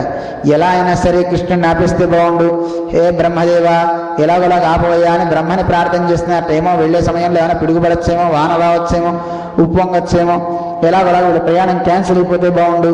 అప్పుడప్పుడు పిల్లలు అనుకుంటారండి, తల్లిదండ్రి పిల్లల్ని వదిలిపెట్టి వెళ్ళిపోతున్నాను అనుకోండి ఏదైనా ఊరు, అది వీడికి ఇష్టమైన ఊరు, కానీ స్కూల్కి వెళ్ళాలని చెప్పారు.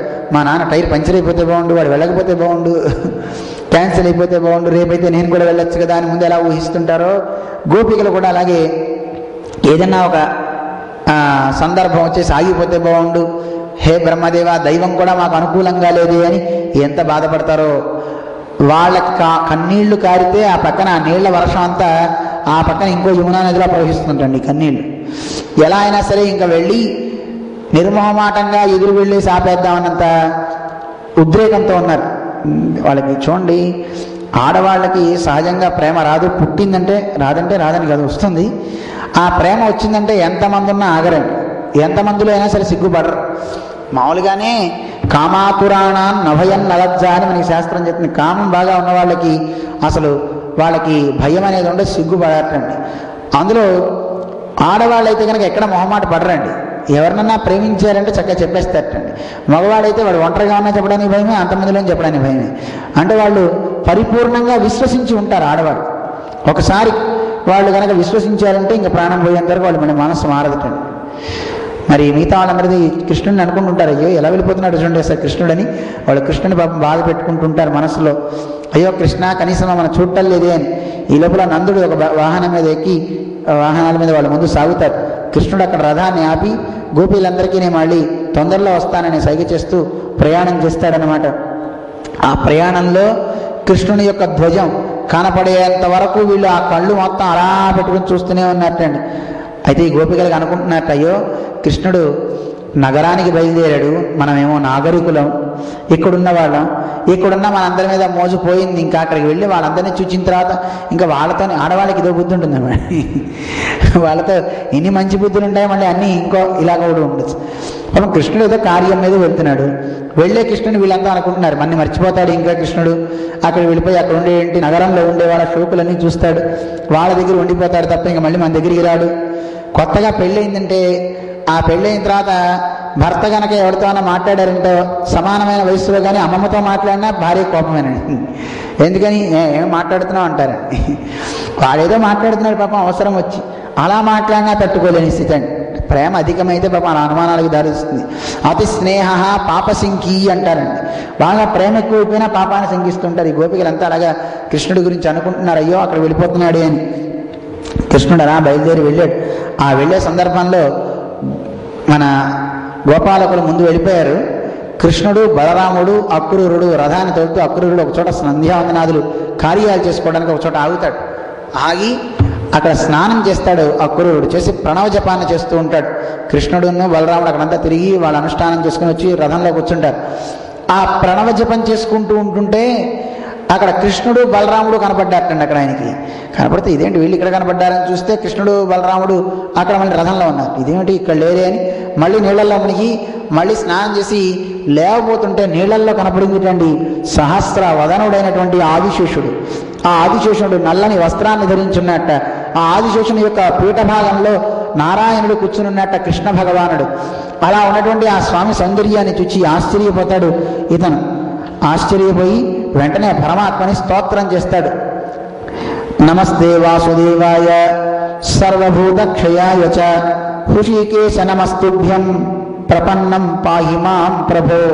ఓ తండ్రి, నేనెవరినో తెలుసా? అప్రపన్నం, నువ్వే నాకు రక్షకుడు అని నేను ఆశ్రయించిన వాడిని, నువ్వు తప్ప నాకు ఇంకో దిక్కు లేదు. నమస్తే వాసుదేవాయ అని వాసుదేవుడికి నమస్కారం చేస్తున్నాడు. ఒకసారి చెప్పండి చక్కగా అందరూ ఈ శ్లోకం. నమస్తే వాసుదేవాయ సర్వభూత క్షయాయ చ హృషికేశ నమస్తుభ్యం ప్రపన్నం పాహి మాం ప్రభో అని. నేను ప్రపన్నుణ్ణి అంటే, ప్రపన్నుడు అంటే నిన్ను పట్టుకున్నవాడు. పత్ అంటే పట్టుకోవటం అండి, ప్రపత్ అంటే బాగా పట్టుకోవటం.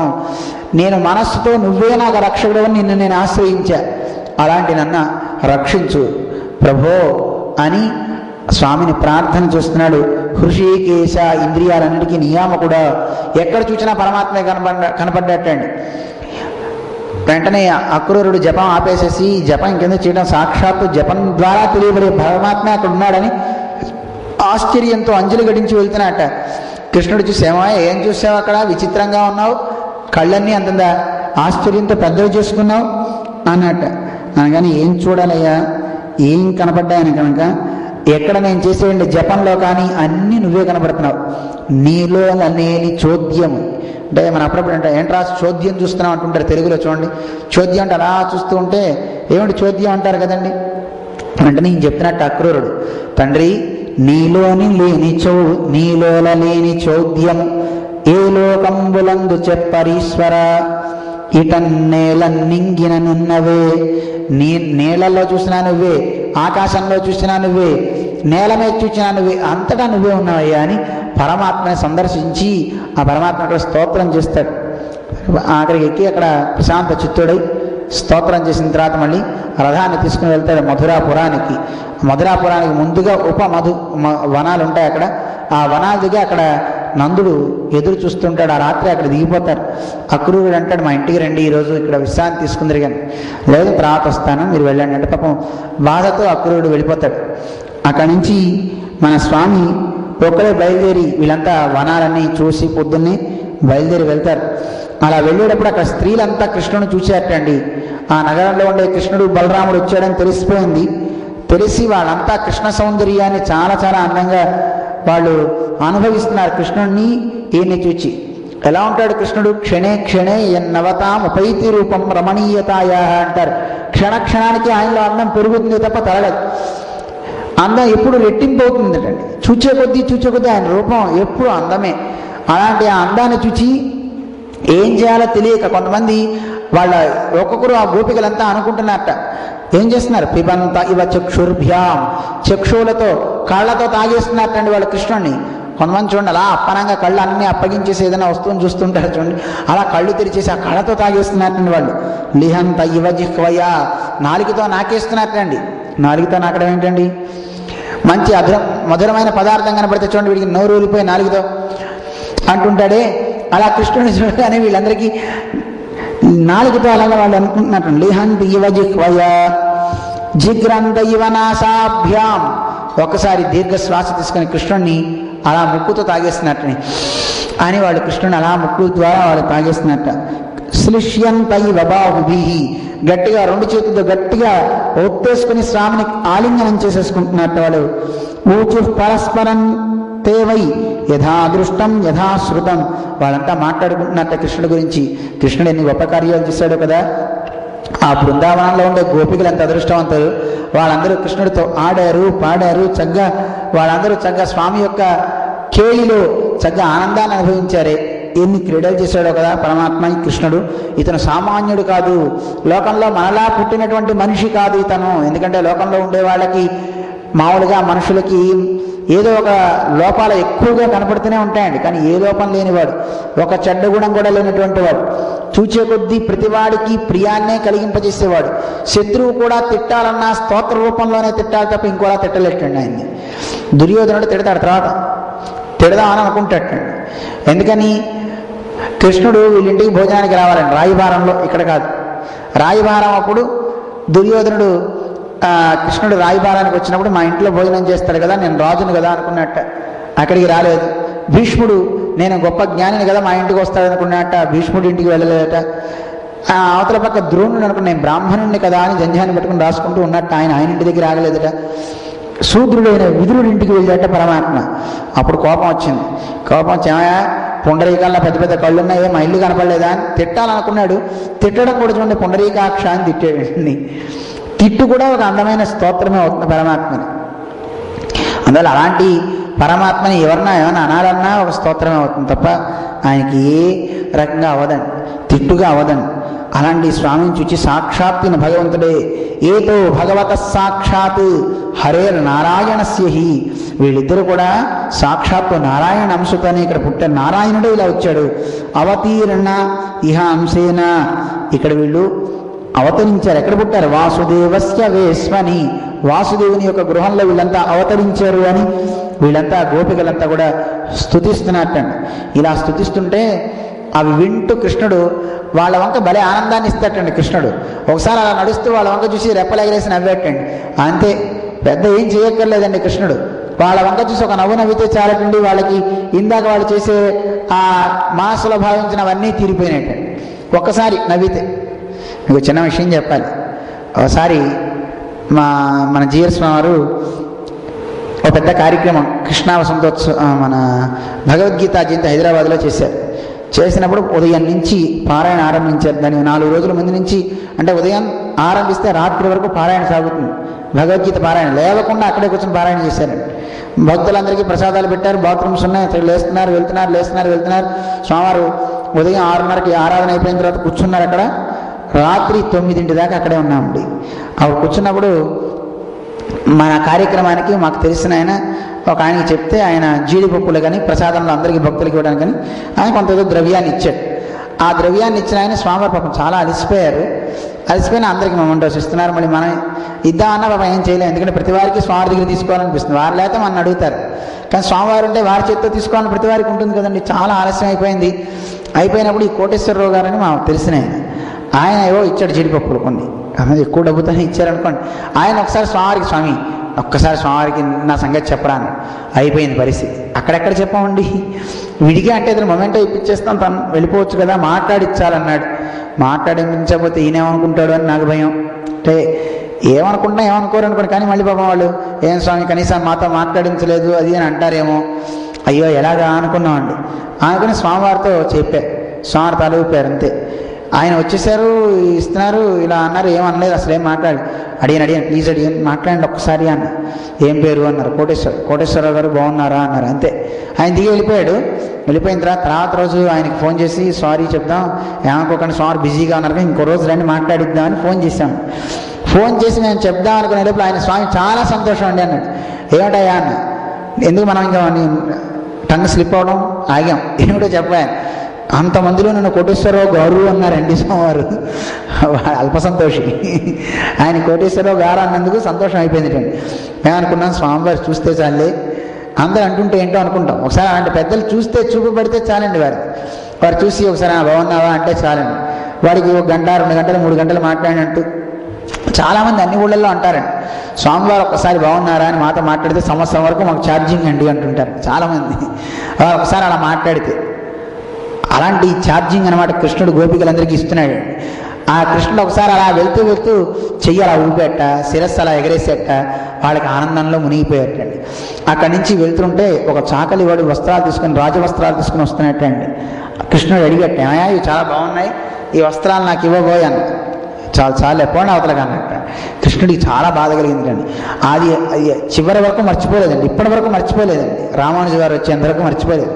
చెప్తా మీకు ఆ కథ.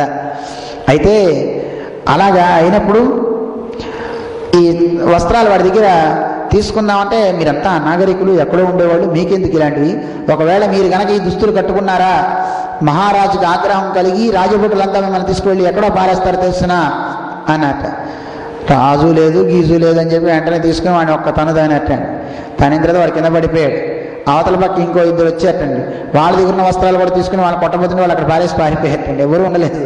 అందరూ పరుగు అమ్మ వీళ్ళు ఎవరో మంచి వస్త్రాదుల్లో ఉన్నారా బాబాయ్, చూడ్డానికి పిల్లల్లా ఉన్నా పిడుగుల్లో ఉన్నారని పారిపోయారట. వస్త్రాన్ని అక్కడ పెట్టేసి వేసుకోవాల్సిన వస్త్రాలు కృష్ణుడు వేసుకున్నాడు, బలరాముడు ధరించాడు. మిగిలిన వస్త్రాలు గోపాలకులకు అందరికీ ఇచ్చి మిగతా వస్త్రాలు అక్కడ పారేసిపోయారటండి. అక్కడ ఇంకో కంసాలి వాడు ఒకడు మంచి వస్త్రాలన్నింటినీ చక్కగా మన ఈ వస్త్రాన్ని వేస్తుంటారు కదండి, అతను ఎవరు సాలేవాడు. ఆ సాలేవాడు మంచి వస్త్రాలను వేస్తున్నట్టండి. అవి వేసి కొత్త వస్త్రాలను, చాలా అందమైన వస్త్రాన్ని కృష్ణుడికి ఇచ్చేటండి. చింత కృష్ణ పరమాత్మ చుచ్చివాడికి మంచి వరాలు ఇచ్చాడు. నువ్వు శాశ్వతంగా నా యందు భక్తి కలిగి నువ్వు ఉద్ధరిస్తావు అని వరాన్ని ఇచ్చేటండి. అలా వరాన్ని ఇచ్చి అక్కడి నుంచి కృష్ణుడు బయలుదేరాడు. అయితే ఈ చాకలివాడి మీద శ్రీరంగంలో రంగనాథుడిగా ఉన్నప్పుడు కూడా చాలా కోపం ఉండేదిటండి. ఉంటే రామానుజ గారు అడిగారు, ఎందుకే వాడి మీద ఎంత కోపం నీకంటే, లేదు రామానుజ, ఇతను ఎప్పుడు అనుకున్నావు, కృష్ణావతారంలో నేను వస్త్రాలు అడిగితే ఇవ్వడా వీడు, అందుకే వీడు నాకు బట్టలొద్దు, వీడు నాకేం చేయక్కర్లేదు అన్నట్టు. అయ్యో బాబా ఇప్పుడేదో అయిపోయింది, తప్పు అయిపోయింది, వాడిని ఇంకా నువ్వు గుర్తుపెట్టుకోలేదు. ఒక చిన్న మాట అండి, కంసుడి మీద కూడా గుర్తులేదు, హిరణ్యాక్షుడి మీద గుర్తులేదు, చాకలివాడి మీద మాత్రం గుర్తుందండి. వాడు ఇచ్చిన బట్టలు కట్టుకోని అంటాడు. అలా ఆఖరి మాన్పిస్తారనుకోండి. చూడండి పరమాత్మ ఎలా గుర్తుపెట్టుకున్నాడు. అడిగినప్పుడు ఇవ్వలేదండి. అలా అక్కడి నుంచి బయలుదేరి ఆ వస్త్రాలు ధరించి చిన్నగా అవతల పక్క మాలాకారుడు అని ఉన్నాడు. చాలా అద్భుతమైన భక్తుడు అనమాట అండి ఇతను. ఆ మాలాకారుడు అక్కడ మంచి మంచి మాలలు కంసుడికి కడుతూ ఉంటారన్నమాట వీళ్ళు. ఆ మాలలు కట్టేవాడి దగ్గరికి వెళ్ళేటండి. ఏమాయ్ మాకు మాలలు ఇస్తావా? కృష్ణుని చూడగానే ఆనందం వేసింది. వేసి వెంటనే ఆయన చక్కగా స్వామి దగ్గర ప్రార్థన చేశాడు. ఆహా ఎంత అదృష్టం! ప్రసాద పరమౌనాథౌ మమ గేహముపాగతౌ. చాలా అందమైన మాటలు దీనికి మన పెద్దలు చెప్తుంటారు. స్వామి ఎలాంటి వాడు ఎక్కడికి వచ్చాడు? పరమౌ నాథౌ. నాథౌ అంటే మనందరికీ నాథుడు కదా స్వామి. ఆ స్వామి కృప చూడండి ఎలా ఉంటుందో. ఎక్కడికి వచ్చేట ఆయన? ప్రసాద పరమౌ నాథౌ గేహముపాగతౌ. ఇంటికి వచ్చాడండి. ఎవరింటికి వచ్చాడండి? మమ గేహముపాగతౌ. నా ఇంటికి వచ్చాడండి. ఎంత అదృష్టం అండి! ధన్యోహం అర్చయిష్యామి. అయ్యో నేను చక్కగా స్వామి నన్ను అర్చిస్తాను. దీనికి అర్థం చాలా చక్కగా చెప్తారట. ఎక్కడ వాడు ఎక్కడికి వచ్చాడంటే ఎక్కడో పరమవు అంటే పరమపదంలో ఉండేవాట స్వామి. అలాంటి వాడు నాథవు. ఎవరికి నాదుట్ట? నిత్యసూర్యులందరికీ నాయకుట్టండి ఆయన. అలాంటి వైకుంఠంలో ఉండేంటి స్వామి ఎక్కడికి వచ్చాట? ఆగతవు. ఎక్కడికి వచ్చాడు? వచ్చాడు. ఎక్కడికి వచ్చాడు? ఈ లోకంలోకి వచ్చాడు కృష్ణుడుగా. కృష్ణుడుగా వచ్చి నీకేం ప్రయోజనం అయ్యా? లేదండి. ఆగతవు వచ్చి గేహముపాగతవు అంటే మా ఇంటికి వచ్చాడు. ఇంటికి వచ్చాడు. ఎవరింటికి వచ్చాడు? మమ గేహముపాగతవు. మా ఇంటికి వచ్చాడు కృష్ణుడు. ఎంత అదృష్టం ఉంటే కృష్ణుడు మా ఇంట్లో అడుగు పెట్టాలి అని ధన్యోహం అర్చయిష్యామి మాన్యోపజీవన జీవిన అంటూ పరమాత్మకి నేను చక్కగా అర్చన చేస్తానని ఆయన మాలలన్నీ సమర్పించేటండి. కృష్ణుడు అన్నాడు నీకు వరాన్ని ఇస్తున్నాను. ఆయన వరాన్ని ఇస్తే నాకు ఇది వద్దండి, నాకు ఇంకా మంచిది కావాలి వరం, నాకేం కావాలో నేనే చెప్తాను, శ్రేష్టమైన వరాన్ని నాకు ఇవ్వండి అని స్వామిని కోరేట. ఇది నిజంగా ప్రతి వారికి అనుసరణీయం, ఆచరణ యోగ్యమైనది, ప్రతి వారికి కావలసింది. ఆచరణానికి కష్టమేనండి, యోగ్యం అందరికీ మంచిదే. కానీ నిజంగా భగవంతుని దగ్గరికి వెళ్ళి అడగవలసింది ఏదో తెలుసుకోవాలి మనుషులు. ఇది అడగాలండి. ఎందుకంటే దేవుడి దగ్గరికి వెళ్ళి అవి కావాలి ఇవి కావాలి అని అనవసరంగా ఇంకా సంసారాల్లో పడ్డం కన్నా మనిషి తరించే ఒక ఉపాయాన్ని కలిగించాలి. అది ఈయన అడుగుతున్నాడు. తండ్రి సోభివవ్రే అచలాం భక్తిం. నీ యందు నేను కోరుతున్నాను, నీ యందు నాకు అచలాం భక్తిం చెలించని ఒక గొప్ప భక్తిని నాకు ఇవ్వు. అంటే మళ్ళీ మారకూడదు, కాసేపు ఇంకోటి మీద నాకు కాదు. నీ యందే ఒక పతివ్రత స్త్రీ తన భర్త యందే ఎంతైతే కనుక ప్రేమ కలిగి ఉంటుందో అలాంటి ప్రేమ నీ యందు నాకు కలగాలి. అచలాం భక్తిం తస్మిన్నేవాఖిల ఆత్మని. నువ్వు ఈ లోకమంతటా ఉన్నావు కదా, అలా అంతటా ఉన్నటువంటి స్వరూపం మీద కూడా నాకు ప్రేమ కలగాలి. అలాంటి దాన్ని నాకు తద్భక్తేషు చ సౌహార్దం. నీ యందు ఎంత భక్తో, ఈ విశ్వం మీద ఎంత భక్తో, నీ భక్తుల మీద కూడా నాకు అంత భక్తి ఉండాలి. ఇది కావాలండి, ఇది కోరాలి. ఎవరు కోరరు. మనం దేవుడి మీద భక్తి ఉంటుంది కానీ భక్తుల మీద భక్తి ఉండదండి. భక్తుల యందు కూడా భక్తి ఉండాలి. మన పెద్దలంతా అదే చెప్తారు. త్వద్భృత్య భృత్య పరిచారక భృత్య భృత్య భృత్యస్య భృత్య ఇది మాం స్మరలోకనాథ. చివరి వాణ్ణి నన్ను తెలుసుకో. భృత్యుడు అంటే సేవకుడు. ఎవరికి సేవకుడు? భృత్యస్య. నీకు భృత్యుడు ఎవడైతే ఉంటాడో వాడికి భృత్యుడు ఎవడైతే ఉంటాడో వాడికి భృత్యుడు ఎవడైతే ఉంటాడో వాడికి భృత్యుడు ఎవడైతే ఉంటాడో చివరి భృత్యుడిని నేనే. నాకు ఇంకెవరు భృత్యుడు లేరు, నేనే అందరికీ సేవకుడిని అవుతా, భక్తులందరికీ సేవకుడిని. తద్దాసదాస చరమావధి దాసదాసాహ. సుప్రభాతంలో మనం చదువుతాం. అన్నం స్వామి అనే మహానుభావులు దాంట్లో వర్ణిస్తారు. నీ దాసులకి దాసుడిని అవ్వాలి. నమ్మాళ్వారు అనే మహానుభావులు కూడా అడియారు అడియారు గళతం అడియారు అడియారు అంటే వారు కూడా కోరుతున్నారు. అడియారంటే దాసులు, దాసులకి దాసులకి దాసులకి దాసులకి చివరి దాసుడిగా నేను ఉంటాను వారు కోరుతున్నారు. అంటే ఎక్కడ చూసినా మన మహానుభావులైన పెద్దలంతా కూడా భక్తులకి భక్తులై ఉండాలట. పరమాత్మ కూడా అదే ఇష్టం అంటే. భగవంతుడికి ఏది ఇష్టం అంటే ఆయనకు కూడా మమ మద్భక్త భక్తేషు ప్రీతి అభ్యధికా మత. చూడండి ఎంత బాగా చెప్పాడు. మమ మద్భక్త భక్తేషు. ఆయనకు కూడా ఎవరంటే ఇష్టం అండి? ఆయన భక్తుడి కంటే వాడికి భక్తుడి కంటే వాడికి భక్తుడు ఎవడైతే ఉంటాడో అలాంటి వాడి మీద బాగా ప్రేమటండి.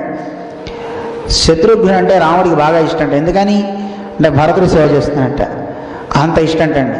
భగవంతుడు కూడా అలాగే ఎవరైతే కనుక భక్తుడికి సేవకులుగా ఉంటారో అలాంటి వాడంటే భగవంతుడికి ప్రీతి అభ్యధిక మత అని చెప్పాడు. నాకు ఎంతో ఇష్టం రా అని చెప్పాడు. అంతేగాని దేవుడికి ఏమి ఇష్టం రా అంటే చేగోడీలు ఇష్టం అండి, జంతికలు ఇష్టం అండి, లేకపోతే కొబ్బరికాయలు తర్వాత వెన్నపూస ఇష్టం, అటుకులు ఇష్టం అని చెప్తారు. దేవుడికి ఇది ఇష్టం. కృష్ణాష్టమి వచ్చినప్పుడు తీసుకొచ్చి అటుకులు పెట్టకండి. నిజంగా పెట్టగలిగితే ఆయనకి నివేదన ఇదండి. ఆయన భక్తులతో చెలిమి ఉంటే అది ఇష్టం అంట. దీన్నే మన పోతనామాచ్యుల వారు అందంగా చెప్తారు. దాన్ని మనకి ఇంకా బాగా అర్థమయ్యే భాషలో నీ పాద కమల సేవయు, ఇది అందరికి వచ్చునండి. నీ పాద కమల సేవయు, తండ్రి నీ పాదాలనేటువంటి కమలాలకి ఎప్పుడు సేవ చేయాలి. సేవయు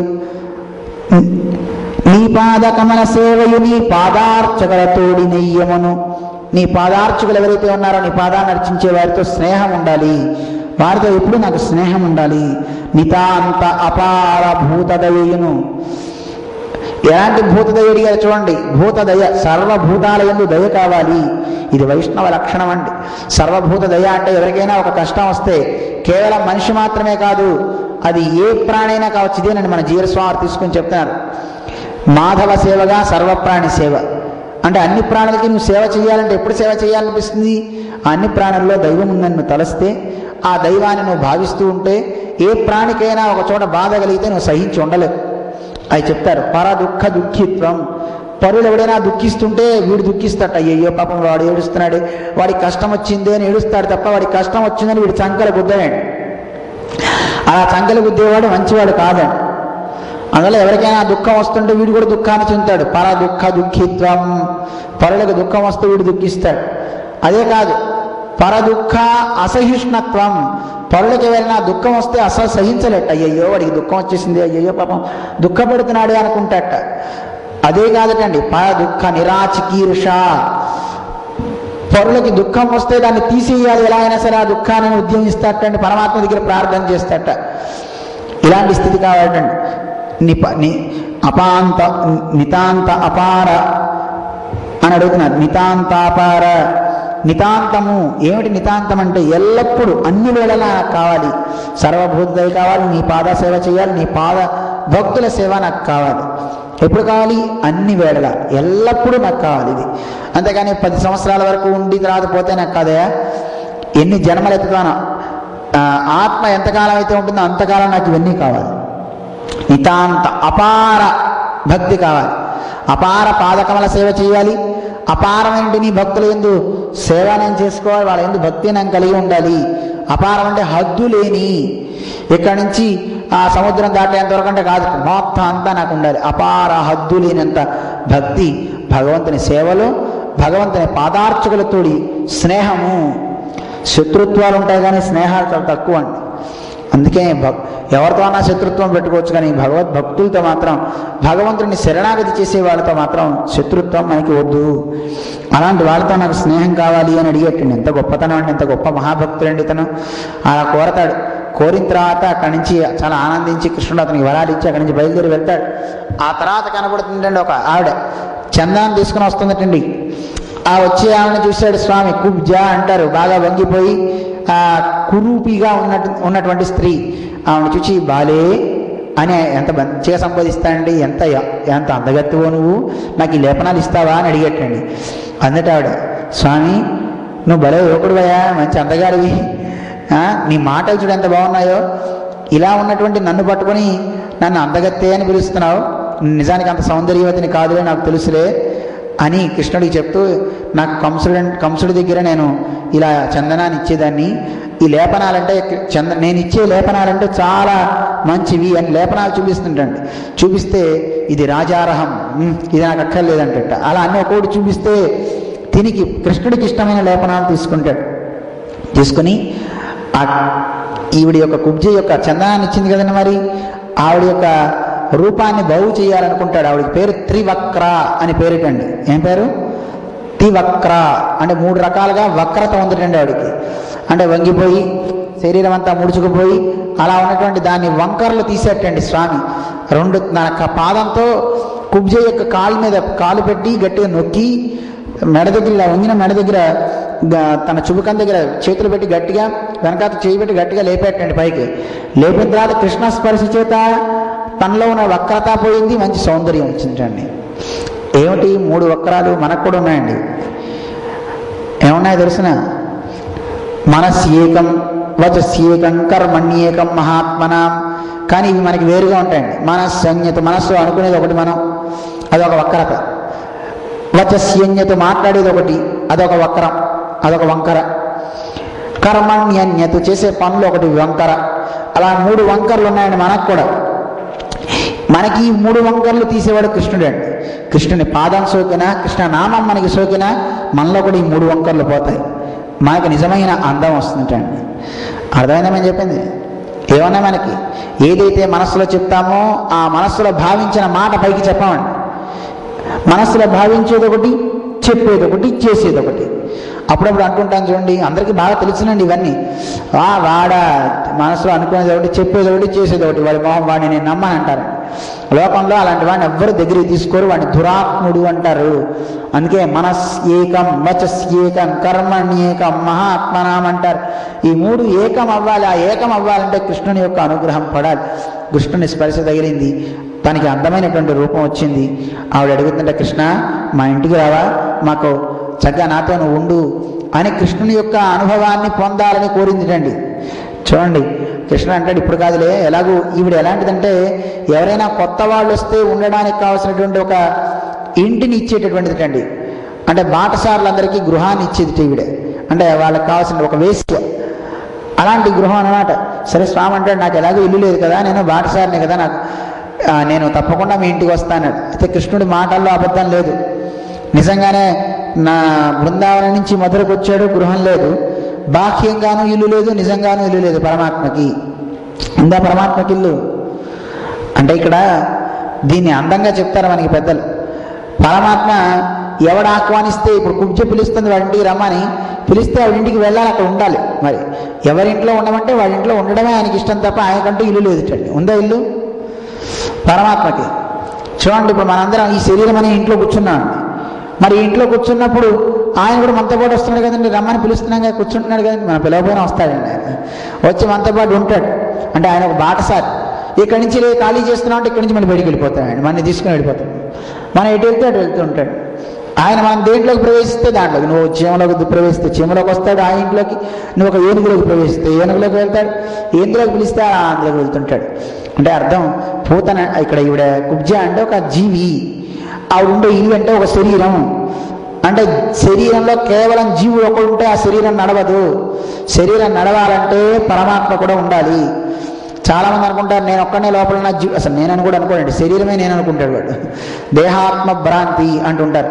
ఆత్మ అంటేనే శరీరం అనుకుంటుంటారు, కానీ ఆత్మ వేరు, శరీరం వేరు. ఈ పైన కనబడేది దేహము. ఈ దేహంలో ఉన్నవాళ్ళు మనం కనుక మనకి పేరు ఆత్మ అని పేరు. ఈ దేహం ఇలా నడవడానికి, ఇలా చూడడానికి, మాట్లాడడానికి, తినడానికి, వినడానికి గల కారణం లోపల పరమాత్మ ఉంటేనే. పరమాత్మ ఉంటేనే ఆత్మ ఏదైనా దాని చలనం అన్నీ ఉంటాయి, శరీరానికి గమనాదులు కానీ అన్నీ. అందువల్ల లోపల పరమాత్మ లేకపోతే ఏ స్థితి ఎవ్వడికి ఉండనే ఉండదు. ఎప్పుడు పరమాత్మను అంటిపెట్టుకునే ఉంటుందన్నమాట ఈ జీవుడు. పరమాత్మను అంటిపెట్టుకునే ఉంటాడు. జీవుడు ఉండాలి, పరమాత్మ ఎప్పుడు జీవుని వదిలిపెట్టి ఉండడు, ఎప్పుడు అంతే. అందువల్ల పరమాత్మ ఎప్పుడు ఉంటాడు. ఒకే స్వామి అన్ని రూపాల్లో చూడేలా ఆయన ఉంటున్నాడు. లోపల మనం జీవుడి లోపల ఉంటున్నాడు. ఈ బయట కనబడే అణువణువున స్వామి ఉన్నాడు అంతటా. పరమాత్మ లేకపోతే దేనికి ఒక రూపం కానీ ఒక నామం కానీ ఉండదండి. పరమాత్మ చెప్తాడు, మనకి వేదం చెప్తుంది, అనేనాత్మన అనుప్రవిశ్య నామరూపే వ్యాకరవాణి. ప్రతి ఒక్క జీవుడిని తీసుకుని తనంతట తానుగా పరమాత్మ శరీరాల్లో ప్రవేశించి ఆ జీవుడికి ఒక పేరుని, ఒక రూపాన్ని కల్పిస్తాడండి. జీవుడికి పేరుందా, రూపం ఉందా? రూపం లేదు, పేరు లేదు. అలాంటి వాడిని ఒక సుబ్బారావు, వెంకయ్య, వెంకమ్మ అని పిలుస్తున్నామంటే పరమాత్మ వాడికి ఒక దేహాన్ని ఇస్తున్నాడు. అది దోమని, చీమని, ఈగని పిలుస్తున్నామంటే ఆ దేహాల్లో జీవుడిని ప్రవేశింపజేస్తాడు.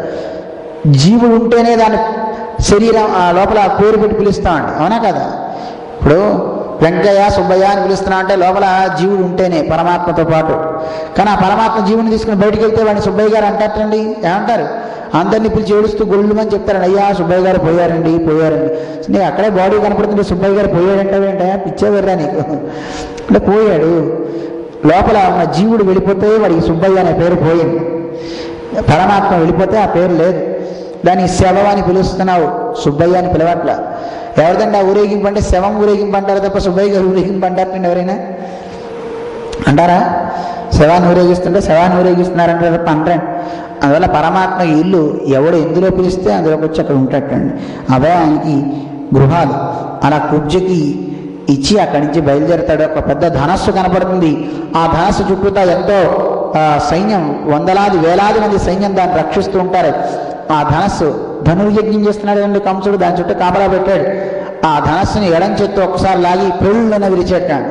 ఆ అరుపుకి, ఆ ధనస్సు యొక్క శబ్దానికి చాలా మంది చుల్లులు విడిపోయాయంటే కంసుడు సింహాసనం నుంచి జారి కింద పడ్డట్టండి. అంత శబ్దం 3 తాటి చెట్ల ఎత్తుందిటండి అది ధనస్సు. చాలా బరువు కలిగిన ధనస్సుని అవలీలగా ఒక పుష్పాన్ని ఎత్తినట్టు ఎత్తి దాన్ని విరిచేట. అక్కడ ఉన్న రాక్షసులంతా కూడా, ఉన్న రక్షకులంతా వెళ్ళి కృష్ణుడిని బలరాముని చంపడానికి వెళ్తే ఏ ధనస్సుని విరిచారో ఆ ధనస్సు ముక్కలతోనే అందరినీ సంహరించేశారట కృష్ణుడు బలరాముడు ఇద్దరు కూడా. అలా సంహరించేసి అందరినీ అక్కడి నుంచి బయలుదేరి కంసుడు, కృష్ణుడు అక్కడి నుంచి వెళ్తారు. వెళ్ళిన తర్వాత ఆ రాత్రి కంసుడికి ఇదే భయం. 2 పిల్లలు, వాళ్ళు రావడం ఏంటి, ఆ ధనస్సుని విరవడం ఏంటి, ఇంతమందిని చంపడం ఏంటి, వాడికి భయంతోనే ఆలోచిస్తూ పడుకున్నాడు. వాడికి దుశ్శకునాలు కనపడుతున్నాయి కంసుడికి. అద్దంలో వెళ్ళి చక్కగా ఒకసారి మొహం చూసుకున్నట్ట. బాడీ వరకు కనపడుతుంది కానీ వాడి తలకాయ కనపడటం లేదండి. అయ్యో ఏమిటి ఇలా అవుతుంది?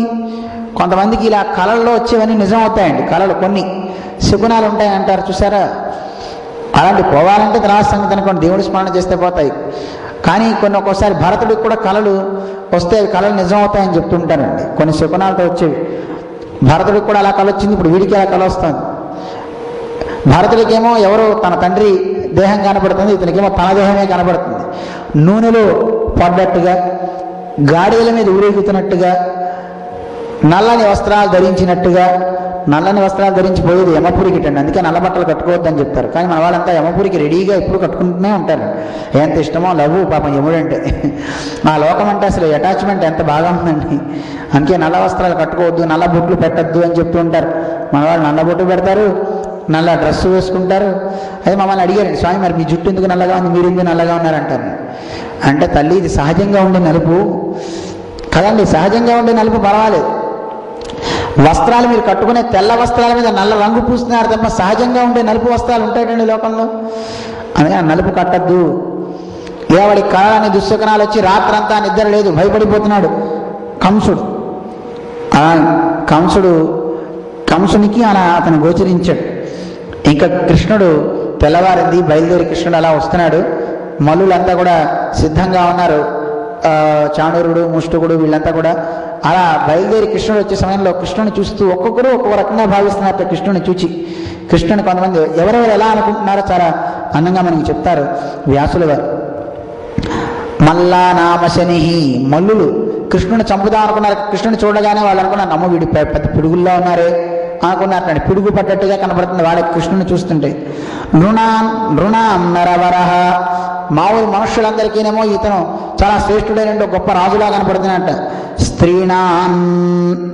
స్త్రీణాం స్మరో ముక్తిమాన్, స్త్రీలంతా కూడా ఇతన్ని చూచి అనేక రకాలుగా ఇతన్ని భావిస్తున్నారట మనస్సుల్లో.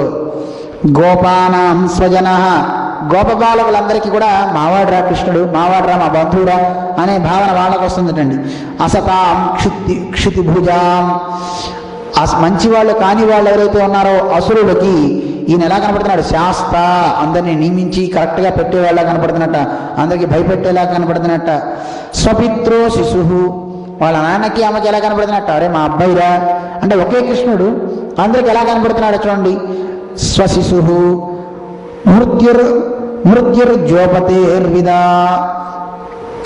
విదాపదుషాం తత్వం పరం యోగినాం, మిగతా వాళ్ళందరికీ కూడా యోగులైన వాళ్ళందరికీ కూడా ఈయన చూస్తే ఇతనే తత్వం, ఇతన్ని ఆశ్రయించుకుంటే మనం బాగుపడతాం అని తత్వాన్ని దర్శిస్తున్నట్ట. యోగులైన వాళ్ళంతా కృష్ణుని చూచి నమస్కారాలు పెడుతున్నట్టండి. కృష్ణీనాం పరదేవతేతి, ఆ యాదవులంతా కూడా ఇతను చూచి ఇతను పరదేవత అని కొంతమంది ఈయన చక్కగా పెట్టుకుంటున్నారు. ఇలాగా ఒక్కొక్కరు స్వామిని అనేక రకాలుగా భావిస్తున్నారు. అలా భావిస్తూ ఉన్నప్పుడు కృష్ణుడు అక్కడికి వెళ్ళాడు. వెళ్తున్నప్పుడు ఒక ప్రాకారం దాటి లోపలికి వెళ్ళగానే అక్కడ ఒక పెద్ద ఏనుగు, దంతాలతో ఉన్నటువంటి భయంకరమైన ఏనుగు. ఆ మావటివాడు ఒక్కసారి వేగంగా తీసుకొచ్చేస్తున్నట్టు కృష్ణుడు చూచాడు. వెంటనే తన వస్త్రాన్ని నడుముకి బిగించాడు, జుట్టును ఒకసారి ముడివేసుకున్నావు, ఒరే పక్కకి తీసుకుపోరా, నా మీద కిందకి తీసుకొస్తున్నావు, నువ్వు పక్కకు తప్పుకోలేదా, ఏనుగుని నిన్ను ఒక గుద్దుకు చంపుతానన్నట్టండి కృష్ణుడు. ఏడ్చేవాళ్ళు వాడికి ఇంకా కోపం వేసి మావటి వాడు ఇంకా వేగంగా తీసుకొస్తున్నట్టండి. ఏనుగు తన తొండంతో కృష్ణుని చుట్టింది. ఆ కృష్ణుడు ఏనుగు తొండం నుంచి జారి కింద పడ్డాడు. పాదంతో తొక్కింది. కృష్ణుడు ఒకసారి పాదం నుంచి వెనక పాదం వైపు వెళ్ళిపోయాడు. దానికి కనపడలేదు. అటు ఇటు వెతుకుతుంది, తొండంతో అటు ఇటు చూస్తోంది. కృష్ణుడు కనపడలేదు. వెనక్కి వెళ్ళి ఆ తోకను పట్టుకుని వెనక్కి లాగేటండి. ఏనుగు ఒకసారి వెనక్కి తిరగబోతుంటే కుడి పక్కకు వెళ్ళాడు, మళ్ళీ ఎడం పక్కకి తిరుగుతున్నాడు. ఏనుగుకి అసలు అందలేదండి. అలాంటి 10,000 ఏనుగుల బలం కలిగిందండి ఆ ఏనుగు. అలాంటి ఏనుగుని 8 ధనస్సుల వెనక్కి లాగేటండి. వెనక్కి కృష్ణుడు ఆ తోక పట్టుకుని వెనక్కి లాగేటం. అమ్మ ఎంత బలం అంటే కృష్ణుడిది, సామాన్యమైన బలమా? అలా ఏనుగుని వెనక్కి లాగి ఆగయ్యది ముందుకు దూకి దాని కుంభస్థలాన్ని మీద గట్టిగా కొట్టి దాని దంతాలు విరిచి దాన్ని సంహరిస్తాడు. ఆ దంతాలనే పైన వేసుకుని వెళ్తాడండి. ఆ మల్లులు చూస్తారు, ఓ నాయన ఏమిటి చూడడానికి బాలుల్లో ఉన్నాడు, ఇలాంటి కార్యాలు చేస్తాడే అని. అక్కడ చూసిన వాళ్ళంతా కృష్ణుని చూచి, అయ్యో ఇంత చిన్నపిల్లవాడే, ఆ మల్లులు ఎక్కడా, ఇతను ఎక్కడా, ఏనుగుని చంపారని తెలిసి కూడా పాపం ప్రేమ కదండి పాపం. అక్కడ ఆ యుద్ధంలో కూడా మల్లుల్ని యుద్ధం చేసే సమయంలో మా రాజు మమ్మల్ని నియంత్రించాడు, చక్కగా యుద్ధం చేద్దాం, మా రాజుకి ఆనందాన్ని కల్పిద్దాం, రాజుకి ఆనందం కలిగితే అన్నీ వస్తాయా అంటాడు.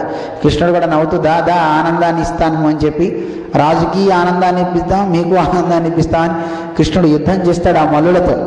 ఆ యుద్ధంలో చాలా అందమైనటువంటి యుద్ధం జరిగిందండి. ఇద్దరు ముష్టుకుడేమో మన కృష్ణుడితోను, చాణూరుడేమో బలరాముడితోను ఇద్దరు యుద్ధం చేసే సమయంలో ఆ యుద్ధంలో ఈ కుస్తీ పట్లు కదండి, కుస్తీ పట్టులో కొన్ని ఉంటాయండి. ఇద్దరు ముష్టి పట్టుకుని ముష్టి ఘాతాలు చేతులు పట్టుకుని చేస్తారు కదండి. దాంట్లో పరిభ్రమణము, వాడి యువతలకి తిరుగుతుంటే వీడి యువతలకి, వీడి యువతలకి తిరుగుతుంటే వాడి యువతలకి, ఆ పరిభ్రమణం తిరుగుతున్నట్టండి. తర్వాత అభిక్షేపము, ఒకరిని ఎత్తి కృష్ణుడు పైకి ఎత్తి అవతల పారేసేటండి వాడిని. ఈ బలరాముడు కూడా అవతలకి ఎత్తి పారేస్తాడు, దాన్ని విక్షేపణం అంటారటండి. అది చేస్తున్నారు. ఒకసారి కృష్ణుడిని ఎగరేస్తున్నట్టు వాళ్ళు. పరిరంభము అంటే, పరిరంభం అంటే ఇద్దరు చేతులతో పట్టుకుని ఒకటి చేతితో ఒకటి గట్టిగా పట్టేసుకుని ఇలా ముందుకి ఇలా వెనక్కి ఇద్దరు కూడా బట్టి పిసికేసుకుంటున్నారు చేతుల్ని, అది పరిరంభము అంటారు. ఇక అవపాతము, ఎత్తి నేల చేసి కొట్టడం అవపాతం అంటారు. ఇప్పుడు మన ఛానల్స్లో వస్తుంటే చూడండి కుస్తీ పట్లు, వాడు ఎత్తి నేలకేసి డమ్మని కొట్టి వాడి మీద పడుకుంటాడు, అలా అన్నమాట. అలా ఎత్తి పడేసి వాడి మీద పడుకుని వాడు ఇంక లేవకుండా చేయాలి, అది అవపాతము అంటారు. ఉత్సరణము అని ఇంకోటి ఉందండి. అది ఉత్సర్గం అంటే ముందుకి బాగా లాగేసి ఒక్కసారి వాడు వెనక్కి వెళ్దామని వాడు అనుకుంటుంటే వీడు ముందుకు లాగుతాడట కృష్ణుడు. అలా లాగుతుంటే వాడు వెనక్కి అనుకుంటున్నాడు కానీ ఒకసారి వదిలేస్తాడటండి, అమ్మని వెనక్కి పడతాడు. అలా చేసేట కృష్ణుడు బలరాముడు ఇద్దరు కూడా. ఇక అపసర్పణము, వాడు వెనక్కి ముందుకు వస్తున్నాడు కృష్ణుని ఇచ్చేయడానికి, అలాంటి వాడిని వెనక్కి తోసేసి వెనకాతలు నిలబడి గట్టిగా కొట్టాడండి. అంటే తొయ్యటము మళ్ళీ వెనకాతలు వెళ్ళడం ఎంత కష్టం అండి. ఇలా కుస్తీ పట్లతో కృష్ణుడు వాడిని కొట్టి వాడిని సంహరిస్తారు ఇద్దరు కూడా. అలా సంహరించిన తర్వాత వాళ్ళల్లో ఇంకా మిగతా వాళ్ళంతా కూడా కూటుడు అనేవాడు ఒకడు వస్తాడు. బలరాముడు వాడిని ఎడం చేత్తో ఒక గుద్దుకు చంపేస్తాడండి, వాడి ప్రాణాలు వదులుతాడు. శలుడు తోలుడు అని ఇంకో ఇద్దరు వచ్చేట. వాళ్ళిద్దరిని కృష్ణుడు ఒక్కసారి గాల్లోకి లేచి 2 కాళ్ళతో కొట్టేటండి. బహుశా ఇవన్నీ చూసే మనం సినిమాల్లో పెట్టారేమో తెలియదు కానీ, లేకపోతే వీళ్ళకేం చేసిన ఈ ఫైట్స్, ఆ మల్లుల నుంచి ఈ యుద్ధాన్ని భాగవతంలో మనకు చక్కగా వర్ణించారు. ఎలా యుద్ధం చేశారు, ఏం చేశారు. నిజంగా ఇవి చదివితే యుద్ధాలు ఎలా చేయాలో తెలిసిపోతుందండి. ఒకడే 100 మందిని కొట్టేస్తారు, ఒకచోట నిలబడే తప్పండి. ఫైటింగ్ చేసే పద్ధతిలో ఒకచోట నిలబడి 100 మందిని ఎవరో కొట్టలేరండి. వాడు అటు ఇటు పరిగెత్తుతూ అందరినీ కొట్టడం ఉంది కానీ ఒకే చోట నిలబడి అందరూ వస్తుంది, వీడు ఎక్కడి నుంచి ఇలా కొడతాడు, వీడు ఇలా ఒకసారి చెయ్యిలా అంటే ఆ 100 మంది అవతల పడతారు. అదంతా ఎంత డూబండి కాదండి. అంటే చూసేవాళ్ళు 10 రూపాయలు 30 రూపాయలు ఇచ్చి చక్కగా మీరు పిచ్చి వాళ్ళల్లా తిరిగి వెళ్ళండి ఈ సినిమా చూసి అని చెప్పడం అండి. ఆ సినిమా ఆంతర్యం కదండి. అదే 50 రూపాయలు ఇచ్చేసి నిజంగా ఇలా అంటే 50 మంది ఎక్కడ పడతారండి అవతల పక్క. చూపించేది ఏదో కొంచెం మంచిగా చూపించచ్చు కానీ, ఏదో ఒకటి తోస్తేనో కొడితేనో అవతలపడ్డట్టు చూపించచ్చు కానీ, ఎలా యుద్ధం చేయాలో ఆ యుద్ధ నీతిని చూపించారండి ఇందులో. కృష్ణుడు ఒక్కసారి లేచి ఆ ఇద్దరిని కొడితే ఒక్క పాదంతో 2 పాదాలతో ఒకసారి అలా కొట్టేసరికి వాళ్ళ వక్షస్థలాలు వచ్చి ఇద్దరు కూడా ప్రాణాలు వదిలేటండి. అక్కడ కంసుడు చూశాడు ఇదంతా కూడా, చూచి భయం వేసింది. వెంటనే కంసుడు చెప్పాక అందరూ వచ్చేసి కృష్ణుడిని ఎత్తేసుకున్నారు, చాలా ఆనందించేస్తున్నారు. ఈ లోపల కంసుడు అన్నట్ట, రండి అందరూ కూడా ఈ యాదవులందరినీ తుదముట్టించండి, వాళ్ళ తండ్రిని కూడా చంపేయమన్నట్టండి. ఆఖరికి ఉగ్రసేనుని కూడా సంహరించండి, ఆ వసుదేవుడిని దేవకిని అందరినీ సంహరించండి అని భటులందరినీ ఆజ్ఞాపించట. వెంటనే ఒక్క దూకు కృష్ణుడు సింహాసనం మీద ఉన్న కంసుడి మీదకి దూకి వాడి శిరస్సు ఉన్నటువంటి ఆ కిరీటాన్ని కిందకి తోసి గట్టిగా పైనుంచి ఈడ్చి కింద పడేసేటండి. అక్కడికే ప్రాణం, అసలు వాడి భయంతోనే సగం ప్రాణం పోయింది. అలాంటి వాడిని ఈడ్చుకుని తీసుకుపోతాడు కృష్ణుడు. తీసుకుపోయి అందరూ కూడా, కంసుడు చనిపోయిన తర్వాత అందరికీ ప్రశాంతత ఏర్పడింది. వాళ్ళ అమ్మా నాన్నని మళ్ళీ వసుదేవుణ్ణి దేవకీదేవిని బయటికి తీసుకొస్తాడు కృష్ణుడు. చాలా ఆనందాన్ని అనుభవిస్తారు. ఆ కృష్ణుని యొక్క కంసుని యొక్క సోదరులు యనమండుగురు ఉన్నారు. ఆ యనమండుగురు కూడా కృష్ణుని సంహరించాలని వస్తే 8 మందిని కూడా సంహరిస్తారు. అయిన తర్వాత వసుదేవుడు, అదే కృష్ణుడు రాజ్యం మీద కాంక్ష లేకుండా, తాత నువ్వే ఈ రాజ్యాన్ని పరిపాలించు, మిగతా వాళ్ళు ఎవరు కూడా ఈ రాజ్యాన్ని పరిపాలించడానికి వీలు లేకుండా యయాతి యొక్క శాపం ఉంది కనుక మీరు ఈ రాజ్యాన్ని పరిపాలించండి అని, మీకు మేము సేవకుల్లా ఉంటామని కృష్ణుడు ఆయనకి చెప్పి, కృష్ణుడు సేవకులుగా ఉంటా అని చెప్తాడు. ఆ తర్వాత కృష్ణుడికి ఉపనయన సంస్కారాలని, అంటే నందుణ్ణి యశోదని ఇద్దరిని కూడా మీరు వెళ్ళండి, ఇంకా కొంతకాలం నేను ఇక్కడ ఉన్నాక నేను వస్తాను అని చెప్పి తన తల్లిదండ్రుల యొక్క శోకాన్ని తీర్చి కృష్ణుడు ఒక నీతిని చెప్తాడు. ఇక్కడ చాలా అందమైన నీతి. ఇంతకాలం మిమ్మల్ని మేము చూడలేకపోయాను, ఎవడైతే కనుక తన శరీరం చేత కానీ లేదా తన దగ్గర నుండి ఐశ్వర్యం చేత కానీ తల్లిదండ్రులను సుఖపెట్టాడో వాడు నరకలోకంలో వాడి శరీరాన్ని వాడే తినేటటువంటి ఒక ప్రేతంలాగా వాడు తయారవుతాడు. అందువల్ల తల్లిదండ్రికి అన్నం పెట్టకపోతే వచ్చే స్థితి, దుస్థితి ఏమిటో మనకి కృష్ణుడు చెప్పాడు. ఈ మాట మనం గుర్తుపెట్టుకోవాలి. తల్లిదండ్రులని వదలకూడదండి. తల్లిదండ్రికి మనం కనుక చేస్తే సాక్షాత్తు భగవంతుడు కూడా వాడి చుట్టూ తిరుగుతాడు. మనకి పండరనాథుడు కడదేశకు పాండురంగడు కదండి. తల్లిదండ్రి సేవ చేస్తే నమాతు పరదేవత అని శాస్త్రం చెప్తుంది. తల్లిని మించిన దైవం లేదని. అలాంటి తల్లి మీద మంచి ప్రేమ కనుక నీకుంటే దేవతలంతా నీ చుట్టూ తిరుగుతారు. నువ్వు దేవుడి చుట్టూ ప్రదక్షిణాలు చేయక్కర్లేదండి. ఎందుకు 90 ప్రదక్షిణాలు? దేవుణ్ణి నీ చుట్టూ తిప్పుకోవాలి. నీ చుట్టూ తిప్పుకోవాలంటే జన్మనిచ్చే తల్లి ఎందు తండ్రి ఎందు ఒక ప్రేమ అనురాగం ఏ మానవుడికి ఉంటుందో వాడు కృతార్థుడు. అన్నీ చేసినవాడు, అన్ని యజ్ఞాలు చేసినట్టేనండి. అమ్మా నాన్నకి పెట్టకుండా అశ్వమేధయాగం చేస్తే ఏమొస్తుందండి? ఏమీ రాదండి, డబ్బులు వదులుతాయి అనే తప్ప ఏ ప్రయోజనం ఉండదు. అందువల్ల ఇలాంటి ఒక నీతిని కృష్ణుడు చెప్తాడు. చెప్పి అక్కడి నుంచి కృష్ణుడికి వాళ్ళ కులగురువు అయినటువంటి గర్గుడు అంటారు, ఆ గర్గు మహర్షిని పిలిపించి ఉపనయన సంస్కారాలు కృష్ణుడికి బలరాముడికి చేస్తారు. అయిన తర్వాత మంత్రోపదేశం చేసి కృష్ణుడిని సాందీపుడు అనేటువంటి మహానుభావుడి దగ్గరికి గురుకులానికి పంపిస్తారు. సాక్షాత్ భగవంతుడు కూడా గురువుని ఆశ్రయించాడు. గుర్తుపెట్టుకోవాలి. నాకు గురువు ఎందుకు, నేను వెళ్ళి అక్కడ ఉపదేశం ఏమిటో అనుకోకూడదు. కృష్ణుడు కూడా వెళ్ళి అక్కడ ఉపదేశం అక్కడ ఉండి 64 కళల్ని 64 రోజుల్లో నేర్చుకున్నట్టండి కృష్ణుడు బలరాముడు. ఏకసింతాగ్రాహులు అనమాట. మొత్తం నేర్చేసుకున్న తర్వాత గురువుగారికి దక్షిణిస్తా అన్నట్టు. ఆ గురువుగారు ఏం కోరలేదు. ఆయన ఏం కోరతాడు? ఒకసారి మా ఆవిడని అడిగి వస్తాను వెళ్ళేటండి. ఆడవాళ్ళకి బాగా బ్రెయిన్ పనిచేస్తుంది అనుకుంటా బహుశా. ఈయన కూడా మా ఆవిడని అడిగి వస్తాను వెళ్ళేట. అడిగితే వాళ్ళ ఆవిడ చెప్పింది, మరి వాళ్ళ కుమారుడు చనిపోతాడు, అందువల్ల కుమారుడు లేడు కనుక ఆ పిల్లవాడిని తెచ్చిపెట్టమంటే సరే అని ఏమైందో తెలుసుకొని ప్రభాస క్షేత్రంలో ఉన్నటువంటి సముద్రం పాపం ఆ పిల్లవాడిని తీసుకెళ్ళిపోయింది. శాంతి గురుపుత్రుని. అందువల్ల ఆ గురుపుత్రుని తీసుకురావాలి అని వెళ్ళారు. ఎందుకంటే గురుదక్షిణ ఇచ్చేటప్పుడు మనకి తోచింది మనం ఇవ్వడం కన్నా గురువు గారికి ఏది ఇష్టమో తెలుసుకుని అది చేస్తే అది కొన్ని కోట్ల రెట్ల ఫలాన్ని ఇస్తున్నాడు. గురువుగారు మన ఆస్తిని ఇమ్మని కోరితే అది మరి ప్రమాదం కదండి. అలాంటి అడిగేవారు గురువులు కాదండి. లోక కళ్యాణం కోసం ఏది కాంక్షిస్తుంటారో అలాంటి కార్యాలని తాను తెలుసుకుని గురువుగారికి ఇష్టమైన కార్యంలో నిమగ్నమవుతూ ఎవరికి సేవ చేస్తాడో అది కొన్ని 100 రెట్ల కోట్ల రెట్ల ఫలాన్ని ఇస్తుంటాడు. అలాగా గురువుగారికి ఏది అభిమతమో దాన్ని ఇవ్వాలని కృష్ణుడు అడిగాడు. అంతేగాని గురుకులం మొత్తం విద్య అయిపోయింది కానీ మీకు బంగారం లింగిస్తా అని ఇవ్వలేదండి, లేదా పుష్పగుచ్చాన్ని ఇవ్వలేదండి. ఏది మీకు అభిమతమో దాన్ని చెప్పండి ఇస్తా అన్నాడు. గురువుగారు అడిగారు. వెళ్ళాడు. ఆ ప్రభాస క్షేత్రంలో సముద్రం దగ్గరికి వెళ్ళి బలరాముడు కృష్ణుడు ఇద్దరు కూర్చొని చూశారట ఏం చేద్దామని. వెంటనే సముద్రుడు వచ్చేటండి. అయ్యా సాక్షాత్ భగవంతుడు నీకేం కావాలో చెప్పు అన్నట్టండి. ఎందుకంటే రామావతారంలో గుర్తు కదండి. సముద్రం వచ్చి 3 రోజులు శరణాగచ్చినా ఏం చెప్పబోయేసరికి కోపం వచ్చి చాపమానయ సౌమిత్రే బాణం అందుకో లక్ష్మణ సాగరం శోషయిష్యామి పద్భ్యాం యాందుప్లవంగమ.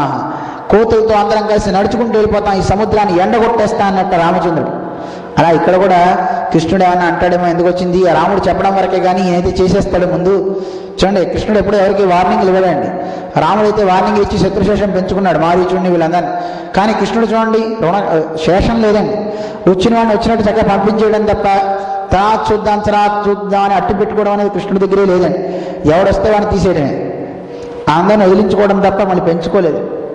శూర్పణఖని అంతే రామచంద్రుడు ముక్కు చెవులు కోసి పంపించేశాడు. మారీచుడిని అంతే సుబాహుని చంపాడు, మారీచుడిని కొట్టాడు. ఎందుకలా అట్టు పెట్టుకోవడం? మన కృష్ణుడు చూడండి అసలు బ్యాలెన్స్ లేకుండా చేసుకున్నాడు. రుణశేషం ఉండకూడదండి, శత్రుశేషం. రుణశేషం శత్రుశేషం రెండు ఉండకూడదండి, చాలా ఇబ్బందులు పెడతాయండి. అదే కృష్ణుడు తత్వం తెలిసి సముద్రుడు వచ్చేస్తాడు. ఏం లేదు, నువ్వు ఒకసారి పెద్ద అలా సునామీలా వచ్చి మా గురుపుత్రుడు ఇక్కడ ఆడుకుంటుంటే నువ్వు తీసుకుపోయాడు కదా, మా పిల్లవాడిని ఇచ్చే అన్నట్టు. అయ్యా నేను తీసుకువెళ్ళలేదు, నాకు తెలియదు. పంచజనుడు అనేటువంటి రాక్షసుడు ఈ సముద్రంలో తిరుగుతున్నాడు, వాడు తన గర్భంలో పెట్టుకున్నాడు అని చెప్పేట. వెంటనే కృష్ణ సముద్రంలో దూకేటండి. దూకి ఆ పంచజనుడు ఉన్న ఏరియాకి వెళ్ళాట. అంత సముద్రంలో మరి సర్వేశ్వరుడు కదండి ఆయన. అందుకని వెళ్ళి ఆ పంచజనుడితో యుద్ధం చేసి ఆయన చంపుతారు. ఆ కడుపులోంచి ఒక పిల్లవాడు కనపడ్డగానే ఒక వస్తువు వస్తుంది, పాంచజన్యం అనే శంఖం. ఆ శంఖాన్ని తీసుకుంటాడు. ఆ శంఖాన్ని తీసుకుని వాడు చెప్తాడు, యమపురిలో ఉన్నాడు, నా దగ్గర లేదని. వెంటనే యమలోకానికి వెళ్తాడు. యమలోకానికి వెళ్ళి యముడి దగ్గర అడుగుతాడు. ఈ శంఖాన్ని పూరించగానే యముడు గజగజలు ఆడిపోతాడటండి. ఎందుకని సాక్షాత్తు పరంధాముడు కదండి. భగవంతుని యొక్క ఆజ్ఞని అనుసరించి అన్ని పనులు చేస్తాటండి. లోకంలో ప్రతిదీ భీషాస్మాత్ ద్వాతపవతే, భయపడుతూ గాలి వీస్తుందండి. భీషోదేతి సూర్య, సూర్యుడు కూడా సమయానికి ఎందుకు వస్తున్నాయండి? సూర్యాస్తమానాలు సూర్యోదయాలు ఎందుకు అలా అవుతున్నాయండి? పరమాత్మ నిర్దేశం. మృత్యుర్ధావతి పంచమైతి, మృత్యు కూడా భయపడుతుందండి యముడు. ఆ యముడు వచ్చి ఏం చేయమంటారు సార్ అన్నట్టండి. అంటే చెప్పాడు, మా గురువుగారు పిల్లవాడికి ఉన్నాడు, ఇచ్చేసాయి తీసుకువెళ్తాను. వెంటనే ఇచ్చి నమస్కారం పెట్టేటండి యముడు. ఆ పిల్లవాడిని తీసుకొచ్చి గురువుగారికి ఇచ్చాడు కృష్ణుడు. ఇంకేదైనా వరం కోరుకోండి అయ్యా, నీలాంటి శిష్యులు ఉంటే చాలు నాకు, ఇక నాకు కలగనదంటే ఏముంది, అపజయం ఏముంది కనుక చాలు, మేము గృహాలకు మీరు వెళ్ళండి, మీ విద్య పూర్తి చేసుకున్నారు కదా అని అన్నట్టు. మీరు కూడా మీ గృహాలకు వెళ్ళిపోతారు కానీ కొంచెం సేపు 5 నిమిషాలు. అలాగే కృష్ణుడు వాళ్ళని ఇంటికి పంపిస్తాడు. పంపించిన తర్వాత కృష్ణుడు తిరిగి వచ్చి ఉద్ధవుడు ఆ కృష్ణుడికి సేవలు చేస్తూ ఉండేవాడు. చాలా అమితమైనటువంటి ప్రేమ కలిగిన వాడు. కృష్ణుడు ఉద్ధవుడు ఇద్దరు ఒకేలా ఉంటారటండి. ఆ ఉద్ధవుడిని ఒకసారి నువ్వు బృందావనానికి వెళ్ళు, అక్కడ అమ్మ నాన్న వీళ్ళంతా ఉన్నారు, యశోద నందుడు, అలాగే అక్కడ గోపికలు, వీళ్ళందరికీ సందేశాన్ని ఇచ్చి పంపిస్తాడు. ఆ సందేశాన్ని వాళ్ళందరికీ చెప్పి వాళ్ళందరినీ కాస్త ఆనందపరచు అని చెప్పి పంపిస్తే అక్కడికి ఉద్ధవుడు వెళ్తాడు. ఉద్ధవుడు రథం మీద వెళ్ళగానే అచ్చు కృష్ణుడిలానే ఉంటాడటండి, ఒకే రూపం, చాలా అందంగా ఉంటాడట. అతన్ని చూసి యశోద నందుడు ఇద్దరు కూడా అడుగుతారు, ఏం చేస్తున్నాడు మా వాడని. పాపం నన్ను మర్చిపోయాడా మా అబ్బాయి, మమ్మల్ని గుర్తు చేసుకుంటున్నాడా లేదా అంటూ పాపం వాళ్ళ చరిత్ర చూస్తేనే చాలా శోకంగా ఉంటుందండి. యశోద అయితే ఏం మాట్లాడితే కన్నీళ్లు కాలుస్తూనే ఉంటుందంటే కృష్ణుడి గురించి. కృష్ణుడికి ఎవరి మీద ప్రేమలు, నమే ద్వేష్యోస్తి నప్రియ అని చెప్పినట్టుగా ఒకరి మీద ప్రేమ బాగా పెంచుకోడు, ఒకరి మీద ద్వేషం పెంచుకోడు, అందరి మీద ఉంటాడు. అవాగి అనాదరహ అని చెప్తుంది వేదం. ఆయన ఎవరిని పట్టించుకోడు, ఆయన డ్యూటీ ఎంతవరకు ఆ డ్యూటీ చేస్తాడు, ఆ కార్యాలు చేస్తాడు. కానీ తన మీదే, తన తప్ప ఇంకెవరూ లేరన్న వాళ్ళ దగ్గర వారి గురించి ఆలోచిస్తాడు తప్ప, వాళ్ళని రక్షిస్తాడు తప్ప ఎఫెక్షన్స్ ఎక్కువ పెంచుకోవట్లేండి. భలే చరిత్ర అందంగా ఉంటుంది. అప్పుడు వాళ్ళు దుఃఖించిన తర్వాత సరే ఆ రాత్రి భోజనం పెడతారు, విశ్రాంతి తీసుకుంటాడు. తెల్లవారుజామని అందరూ కూడా గోపికలంతా వాళ్ళు మంథనం చేస్తున్నట్ట, స్నానాలు చేసి శుభ్రంగా ఆ మంథనం చేస్తూ కృష్ణుడి గురించి, ఆ విరహంతోనే కృష్ణుడి గురించి తలుచుకుంటున్నారట. ఉద్గాయితీనాం అరవిందలోచనం వ్రజాంగనానాం, వాళ్ళంతా కూడాను ఆ దధిని మంథనం చేస్తూ ఉంటే ఆ శబ్దం కంటే నిరస్యతే ఏన దిశాం అమంగళం, అన్ని దిశల్లో ఉన్నటువంటి అమంగళాలన్నీ పోతున్నటువంటి వాళ్ళు మంథనం చేస్తున్నట్టు పెరుగుని చెరుగుతూ వాళ్ళు చెప్పేయండి భగవన్నామం ఏదైతే ఉందో అన్ని దిశల్లో ఉండే అమంగళాలన్నీ పోతున్నాయి. చూడండి, గృహకృత్యాలు చేసుకుంటూ, ఇంట్లో వంట కానీ ఏ పని చేసుకుంటూ అయినా భగవన్నామాన్ని చేస్తే దిక్కుల్లో ఉన్న చెడ్డతనమే పోతుంది, అమంగళాలే పోతున్నాయంటే మరి మన గృహానికి మంచి జరగదండి. మరి ఎందుకు చెయ్యమ్మా? మనం కూడా చేయాలి. వంట చేసుకునేటప్పుడు లలలా లలలా అని పాడకుండా భగవన్నామం హరి హరి హరి హరి అంటూ చక్కగా చేయండి. భగవన్నామంతో అన్నం వండండి, తినే వాడికి మంచి ఆరోగ్యం కలుగుతుంది, మంచి బుద్ధులు వస్తాయి, పిల్లల మాట వింటారు. చాలామంది వచ్చి అడుగుతుంటారు, మా పిల్లలు అస్సలు మాట వింటలేదండి అని. మరి ఆ సీరియస్ చూస్తూ వండితే వాడు సీరియస్ ఎందుకు అవుతాయండి? అలా భగవన్నామంతో చెప్తూ వండితే దాంట్లో ఉండే కమ్మదనం వాడికి పడుతుంది, మంచి యోగ్యుడు అవుతాడు. అందువల్ల అలాగే వీళ్ళు చేసేటి ఆ దినచర్య కార్యక్రమాల్లో భగవన్నామం చేయడం వల్ల అంత మంచి జరుగుతుంది. ఇలాంటి గోపికల దగ్గరికి గోపికలంతా బయటకు వచ్చి చూశారట. ఉద్ధవుడి యొక్క రథాన్ని చూచి కృష్ణుడే వచ్చాడేమో, ఒకవేళ మళ్ళీ ఆ క్రూరుడు ఏమన్నా తీసుకెళ్ళిన వాడు దించడానికి వచ్చాడేమో అని వాళ్ళంతా ఎదురు చూస్తున్నట్ట. అప్పుడు ఉద్ధవుడు కాకతాళీయంగా బయటికి రావడం, ఉద్ధవుని చూడడం, అరే కృష్ణుడిలా ఉన్నాడు ఇతనని అనుకుంట ఏకాంత ప్రదేశంలో కూర్చుంటారు. కృష్ణుడి గురించి మాట్లాడుతూ ఉంటారు. అవునులే, అన్నీ అనుభవించిన తర్వాత మళ్ళీ ఇంకా మేమెందుకు గుర్తుంటాంలే, ఇంటికి వచ్చిన అతిథికి భోజనం పెట్టిన తర్వాత ఉంటాడా, వెళ్ళిపోతాడు కదా, మళ్ళీ ఆ అతిథిని గుర్తుపెట్టుకోడు. గురుకులంలో చేరి చదువు చెప్పించుకునేంత వరకు గురువుగారు గురువుగారు అంటారు ఎవరైనా. విద్య అయిపోయిన తర్వాత మళ్ళీ గురువుగారికి వీడికి ఇద్దరికి మళ్ళీ ఉండదు. అలా కృష్ణుడు కూడా మకరందాల్లో ఉన్నటువంటి ఆ తేనెను ఆస్వాదించడానికి తుమ్మెద వచ్చి ఆ తేనెను ఆస్వాదించిన తర్వాత పుష్పాన్ని ఎలా వదిలిపెట్టేస్తుందో, క్రూరుడు మా కృష్ణుడు మమ్మల్ని వదిలేసిపోయాడని వీళ్ళందరూ ప్రేమతో వచ్చే మాటలు, ఇవన్నీ ద్వేషం కాదు. ఇలా మాట్లాడుతుంటే ఒక తుమ్మెద వచ్చిందండి, ఒక భ్రమరం వీళ్ళ చుట్టూ తిరుగుతుందటండి. తిరుగుతుంటే ఆ భ్రమరంతో వీళ్ళు మాట్లాడతారు. దానికి పేరు భ్రమర గీతలు అంటారు. చాలా అందంగా ఉంటాయి. ఆ భ్రమర గీతలతో భ్రమరంతో చెప్తారు, కృష్ణుడు పంపించాడా నీకు, అక్కడ ఎలా ఉందట, అక్కడ వాళ్ళ యొక్క అక్కడ ఉండేంటి ఆ నగరంలో ఉండేంటి ఆ స్త్రీలతో ఆనందాన్ని బాగా అనుభవిస్తున్నాడా, మేమెందుకు గుర్తుంటానులే అని ఇక మాట్లాడడం మొదలుపెట్టారండి. అవన్నీ చెప్తూ ఆఖరికి ఉద్ధవుడు, అమ్మ మేము వచ్చిన సంగతి చెప్తాను, కృష్ణుడు మీ అందరికీ ఒక తత్వాన్ని చెప్పి పొమ్మన్నాడు, ఆయన మీ గురించి ఆలోచిస్తున్నాడు, ఆ విషయం మీకు చెప్తాను అని చెప్పేటండి. మీ అందరికీ దూరంగా ఉండడానికి గల కారణం ఏమిటో కృష్ణుడు చెప్పాడు. అంటే ఆ కృష్ణుడు చెప్పాడు, ఎంత బాగా ప్రేమ నా మీద పెరగడం కోసమే నేను ఇలా దూరం అవుతున్నాను అని చెప్పేటండి. యదా దూరచరే ప్రేష్ఠే మన ఆవిశ్యవర్తతే.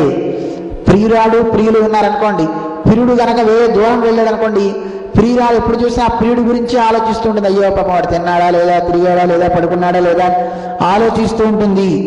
స్త్రీణాంచ, స్త్రీలు ఎప్పుడు కూడా అలా ఆలోచిస్తారట ప్రియురాలు. కానీ అలా కాకుండా సన్నికృష్టే అక్షిగోచరే, కళ్ళకు ఎప్పుడు కనపడుతూ దగ్గరే ఉన్నాడు అనుకోండి ప్రియుడు, అలా ఉంటే దూరంగా ఉన్నప్పుడే ప్రేమ పెరుగుతూ ఉంటుంది. అప్పుడప్పుడు వస్తుండాలంటే అప్పుడప్పుడు దూరం. అందుకే మన వాళ్ళు ఉద్యోగాలు ఇంట్లో పెట్టలేదండి, బయట పెట్టారు. ఎప్పుడు పొద్దుస్తమానం ఇంట్లోనే కూర్చొని కాస్త వచ్చి ఇల్లు ఉడకూడదు, కూర్చొని ఏం చేస్తావు కనుక అంటారు కదండి. ఏదైనా చులకన భావన ఉంటుందేమోనని అందుకే ఉదయం పొద్దున్నే జాబ్కి వెళ్ళిపోతే మళ్ళీ రాత్రి దాకా రారండి, 9ంటికి. అందుకే ప్రేమలు పెరుగుతాయి. ఎప్పుడు వస్తారా ఎదురు చూస్తుంటారు. ఏమనుకోకండి, ఇప్పుడు మీరంతా ఇక్కడ చేస్తున్నారు అనుకోండి, మీ ఆడవాళ్ళంతా మంచివాళ్ళు, అలా అనుకోరు అనుకోండి వాళ్ళు. ఇలా ఈయన చెబుతున్నాడు కృష్ణుడు. స్త్రీణాంచన తథా చేత, వాళ్ళు అలా ఉండరు. దగ్గర ఉంటే ప్రేమ తగ్గిపోతుంది, దూరం అయ్యే కొద్ది ప్రేమ పెరుగుతుంది అని కృష్ణుడు చెప్తూ, అందుకోసమే నేను దూరం అయ్యి సతతము నన్ను వాళ్ళు చింతించడం కోసం నేను ఒక అవకాశాన్ని ఇస్తున్నాను. అది కాక గోపికల యొక్క ఆ ప్రేమ ఏదైతే ఉందో, ఆ ప్రేమ కలిగిన వాళ్ళని నేను ఏమి రుణం తీర్చుకోగలను కనుక సతతం ఎప్పుడు వాళ్ళ స్మరిస్తూనే ఉంటాను, నేను వాళ్ళ దగ్గరే నేను ఉంటాను అని కృష్ణుడు ఆయన చెప్పినటువంటి విశేషాలన్నింటినీ గోపికలకి చెప్తాడు. గోపికలంతా విని కృష్ణుడి మీద ప్రేమని వాళ్ళ యొక్క భావంలో చూసి ఉద్ధవుడు అంటాడు, ఎంత గొప్ప ప్రేమ ఉంది మీకు, ఇలాంటి ప్రేమ భగవంతుడి మీద కృష్ణుడి మీద ఎవడికి కలుగుతుంది కనుక దాన వ్రత తపోహోమ జప స్వాధ్యాయ సంయమై.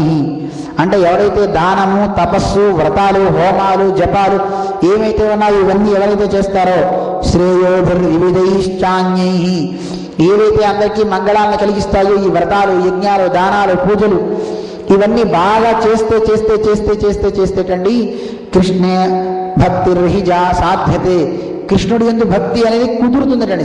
సాధించవచ్చు, వస్తుందని కాదటండి, కృష్ణుడి యందు భక్తి సాధించవచ్చు. చూడండి, కృష్ణుడు తప్ప ఇంకోటి నాకు దిక్కు లేదని సతతం కృష్ణనామం చెప్పి మహాభక్తులు కనపడితే వాడి పాదతీర్థం తీసుకోవడానికి కూడా వెనకాడకూడదటండి. అంటే వాడు సతతము కృష్ణస్మరణ, సతతం కృష్ణస్మరణ. అయితే స్వామివారు నేను కృష్ణస్మరణ చేస్తున్నాను, ఆ పాదతీర్థం తీసుకోండి వాడు అనకూడదండి కదండి. ఆ చేసేవాడు ఎవరికో వాడి పాదతీర్థం ఇవ్వాలని వాడు కోరడు. ప్రతివాడు వాడి పాదతీర్థం తీసుకొని వాడు కోరతాడు, ఎవరు చూచేవాడు కోరతాడు తప్ప వీడు వచ్చి అడగకూడదండి. అందువల్ల అలాంటి గొప్ప భక్తి మీలో వచ్చిందంటే ఎన్ని వ్రతాలు చేస్తుంటారో, ఎన్ని యజ్ఞాలు చేస్తుంటారో మీరు కదండి. అంత గొప్ప భక్తిని కలిగిందంటే సామాన్యమా అని అన్నట్ట. ఆ తర్వాత వీళ్ళు గోపికలు చాలా ఆనందించారు. వాళ్ళు ఒకటే మాట చెప్తున్నారు, పరమాత్మ గురించి చింతిస్తూ హే నాథ అని కృష్ణుడికి సందేశాన్ని చెప్తూ కృష్ణుడి యొక్క భావనలో ఉంటూ వాళ్ళు మాట్లాడతారు.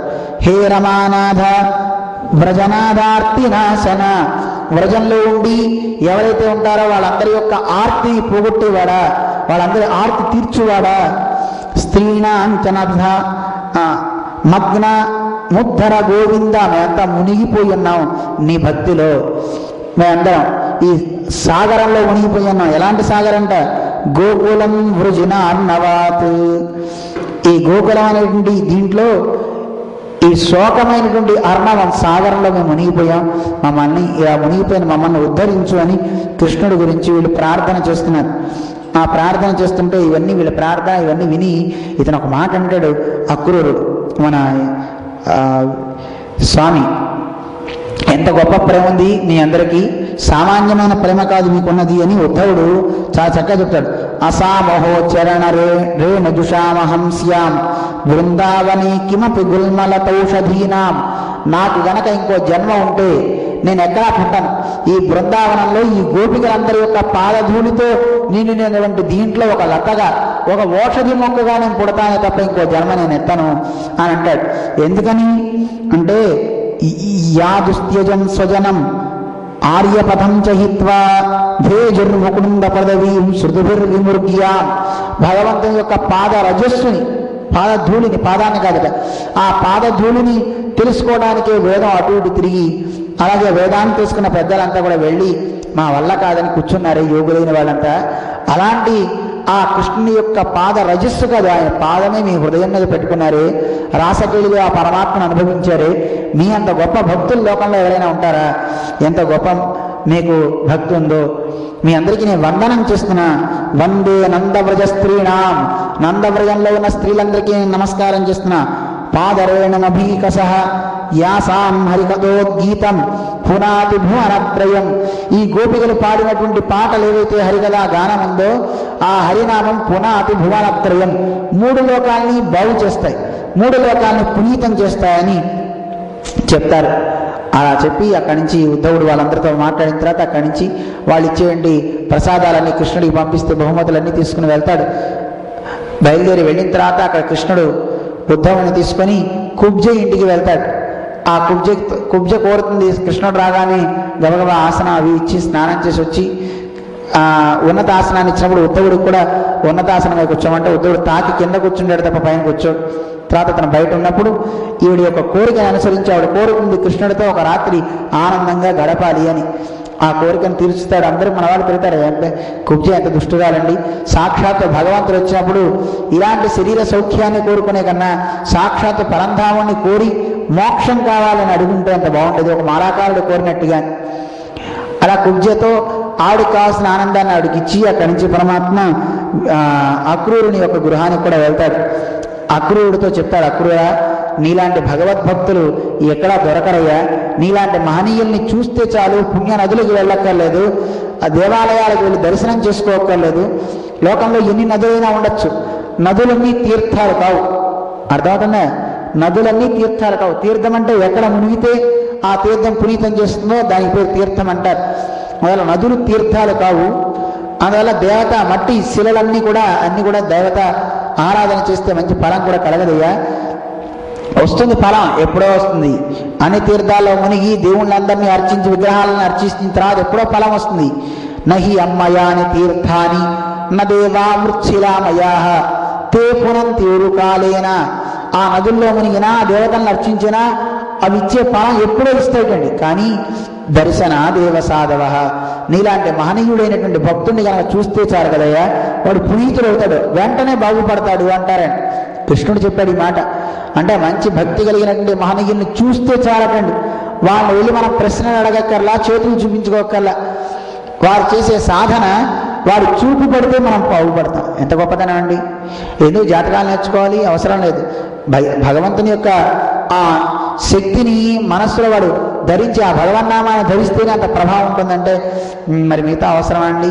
మిగతా వాళ్ళు మనం వెళ్ళి పట్టుకోవడం అవసరమా? నా జాతకాలు అనుసారం చెయ్యంతా రుద్దుకుండే దానికన్నా సరే దేవుడి దగ్గర ఆ భజన ఏదో చేస్తే చక్కగా అన్నీ బాగుపడతాయి, మంచి బుద్ధి వస్తుంది, మంచి వివేకం వస్తుంది కదండి. అందువల్ల అలాంటి గొప్ప విశేషాన్ని కృష్ణుడు చెప్తాడు. భగవద్భక్తుల మాహాత్మ్యాన్ని చెప్తున్నాడు. భగవద్భక్తులు అందుకే ఇంట్లో అడుగు పెడితే ఆ ఇల్లు బాగుపడుతుందండి. అందుకే మన ఇంట్లో ఏ పారాయణ చేసుకున్నా ఒక్కళ్ళే చేసుకోరు చూడండి, ఒక్కళ్ళే చేసుకునే ప్రసాదాలు తింటే చూడండి, అందరినీ పిలుస్తారు, ప్రసాదాలు అందరూ కలిసి తింటారు. కారణం అందరూ బాగుపడాలి.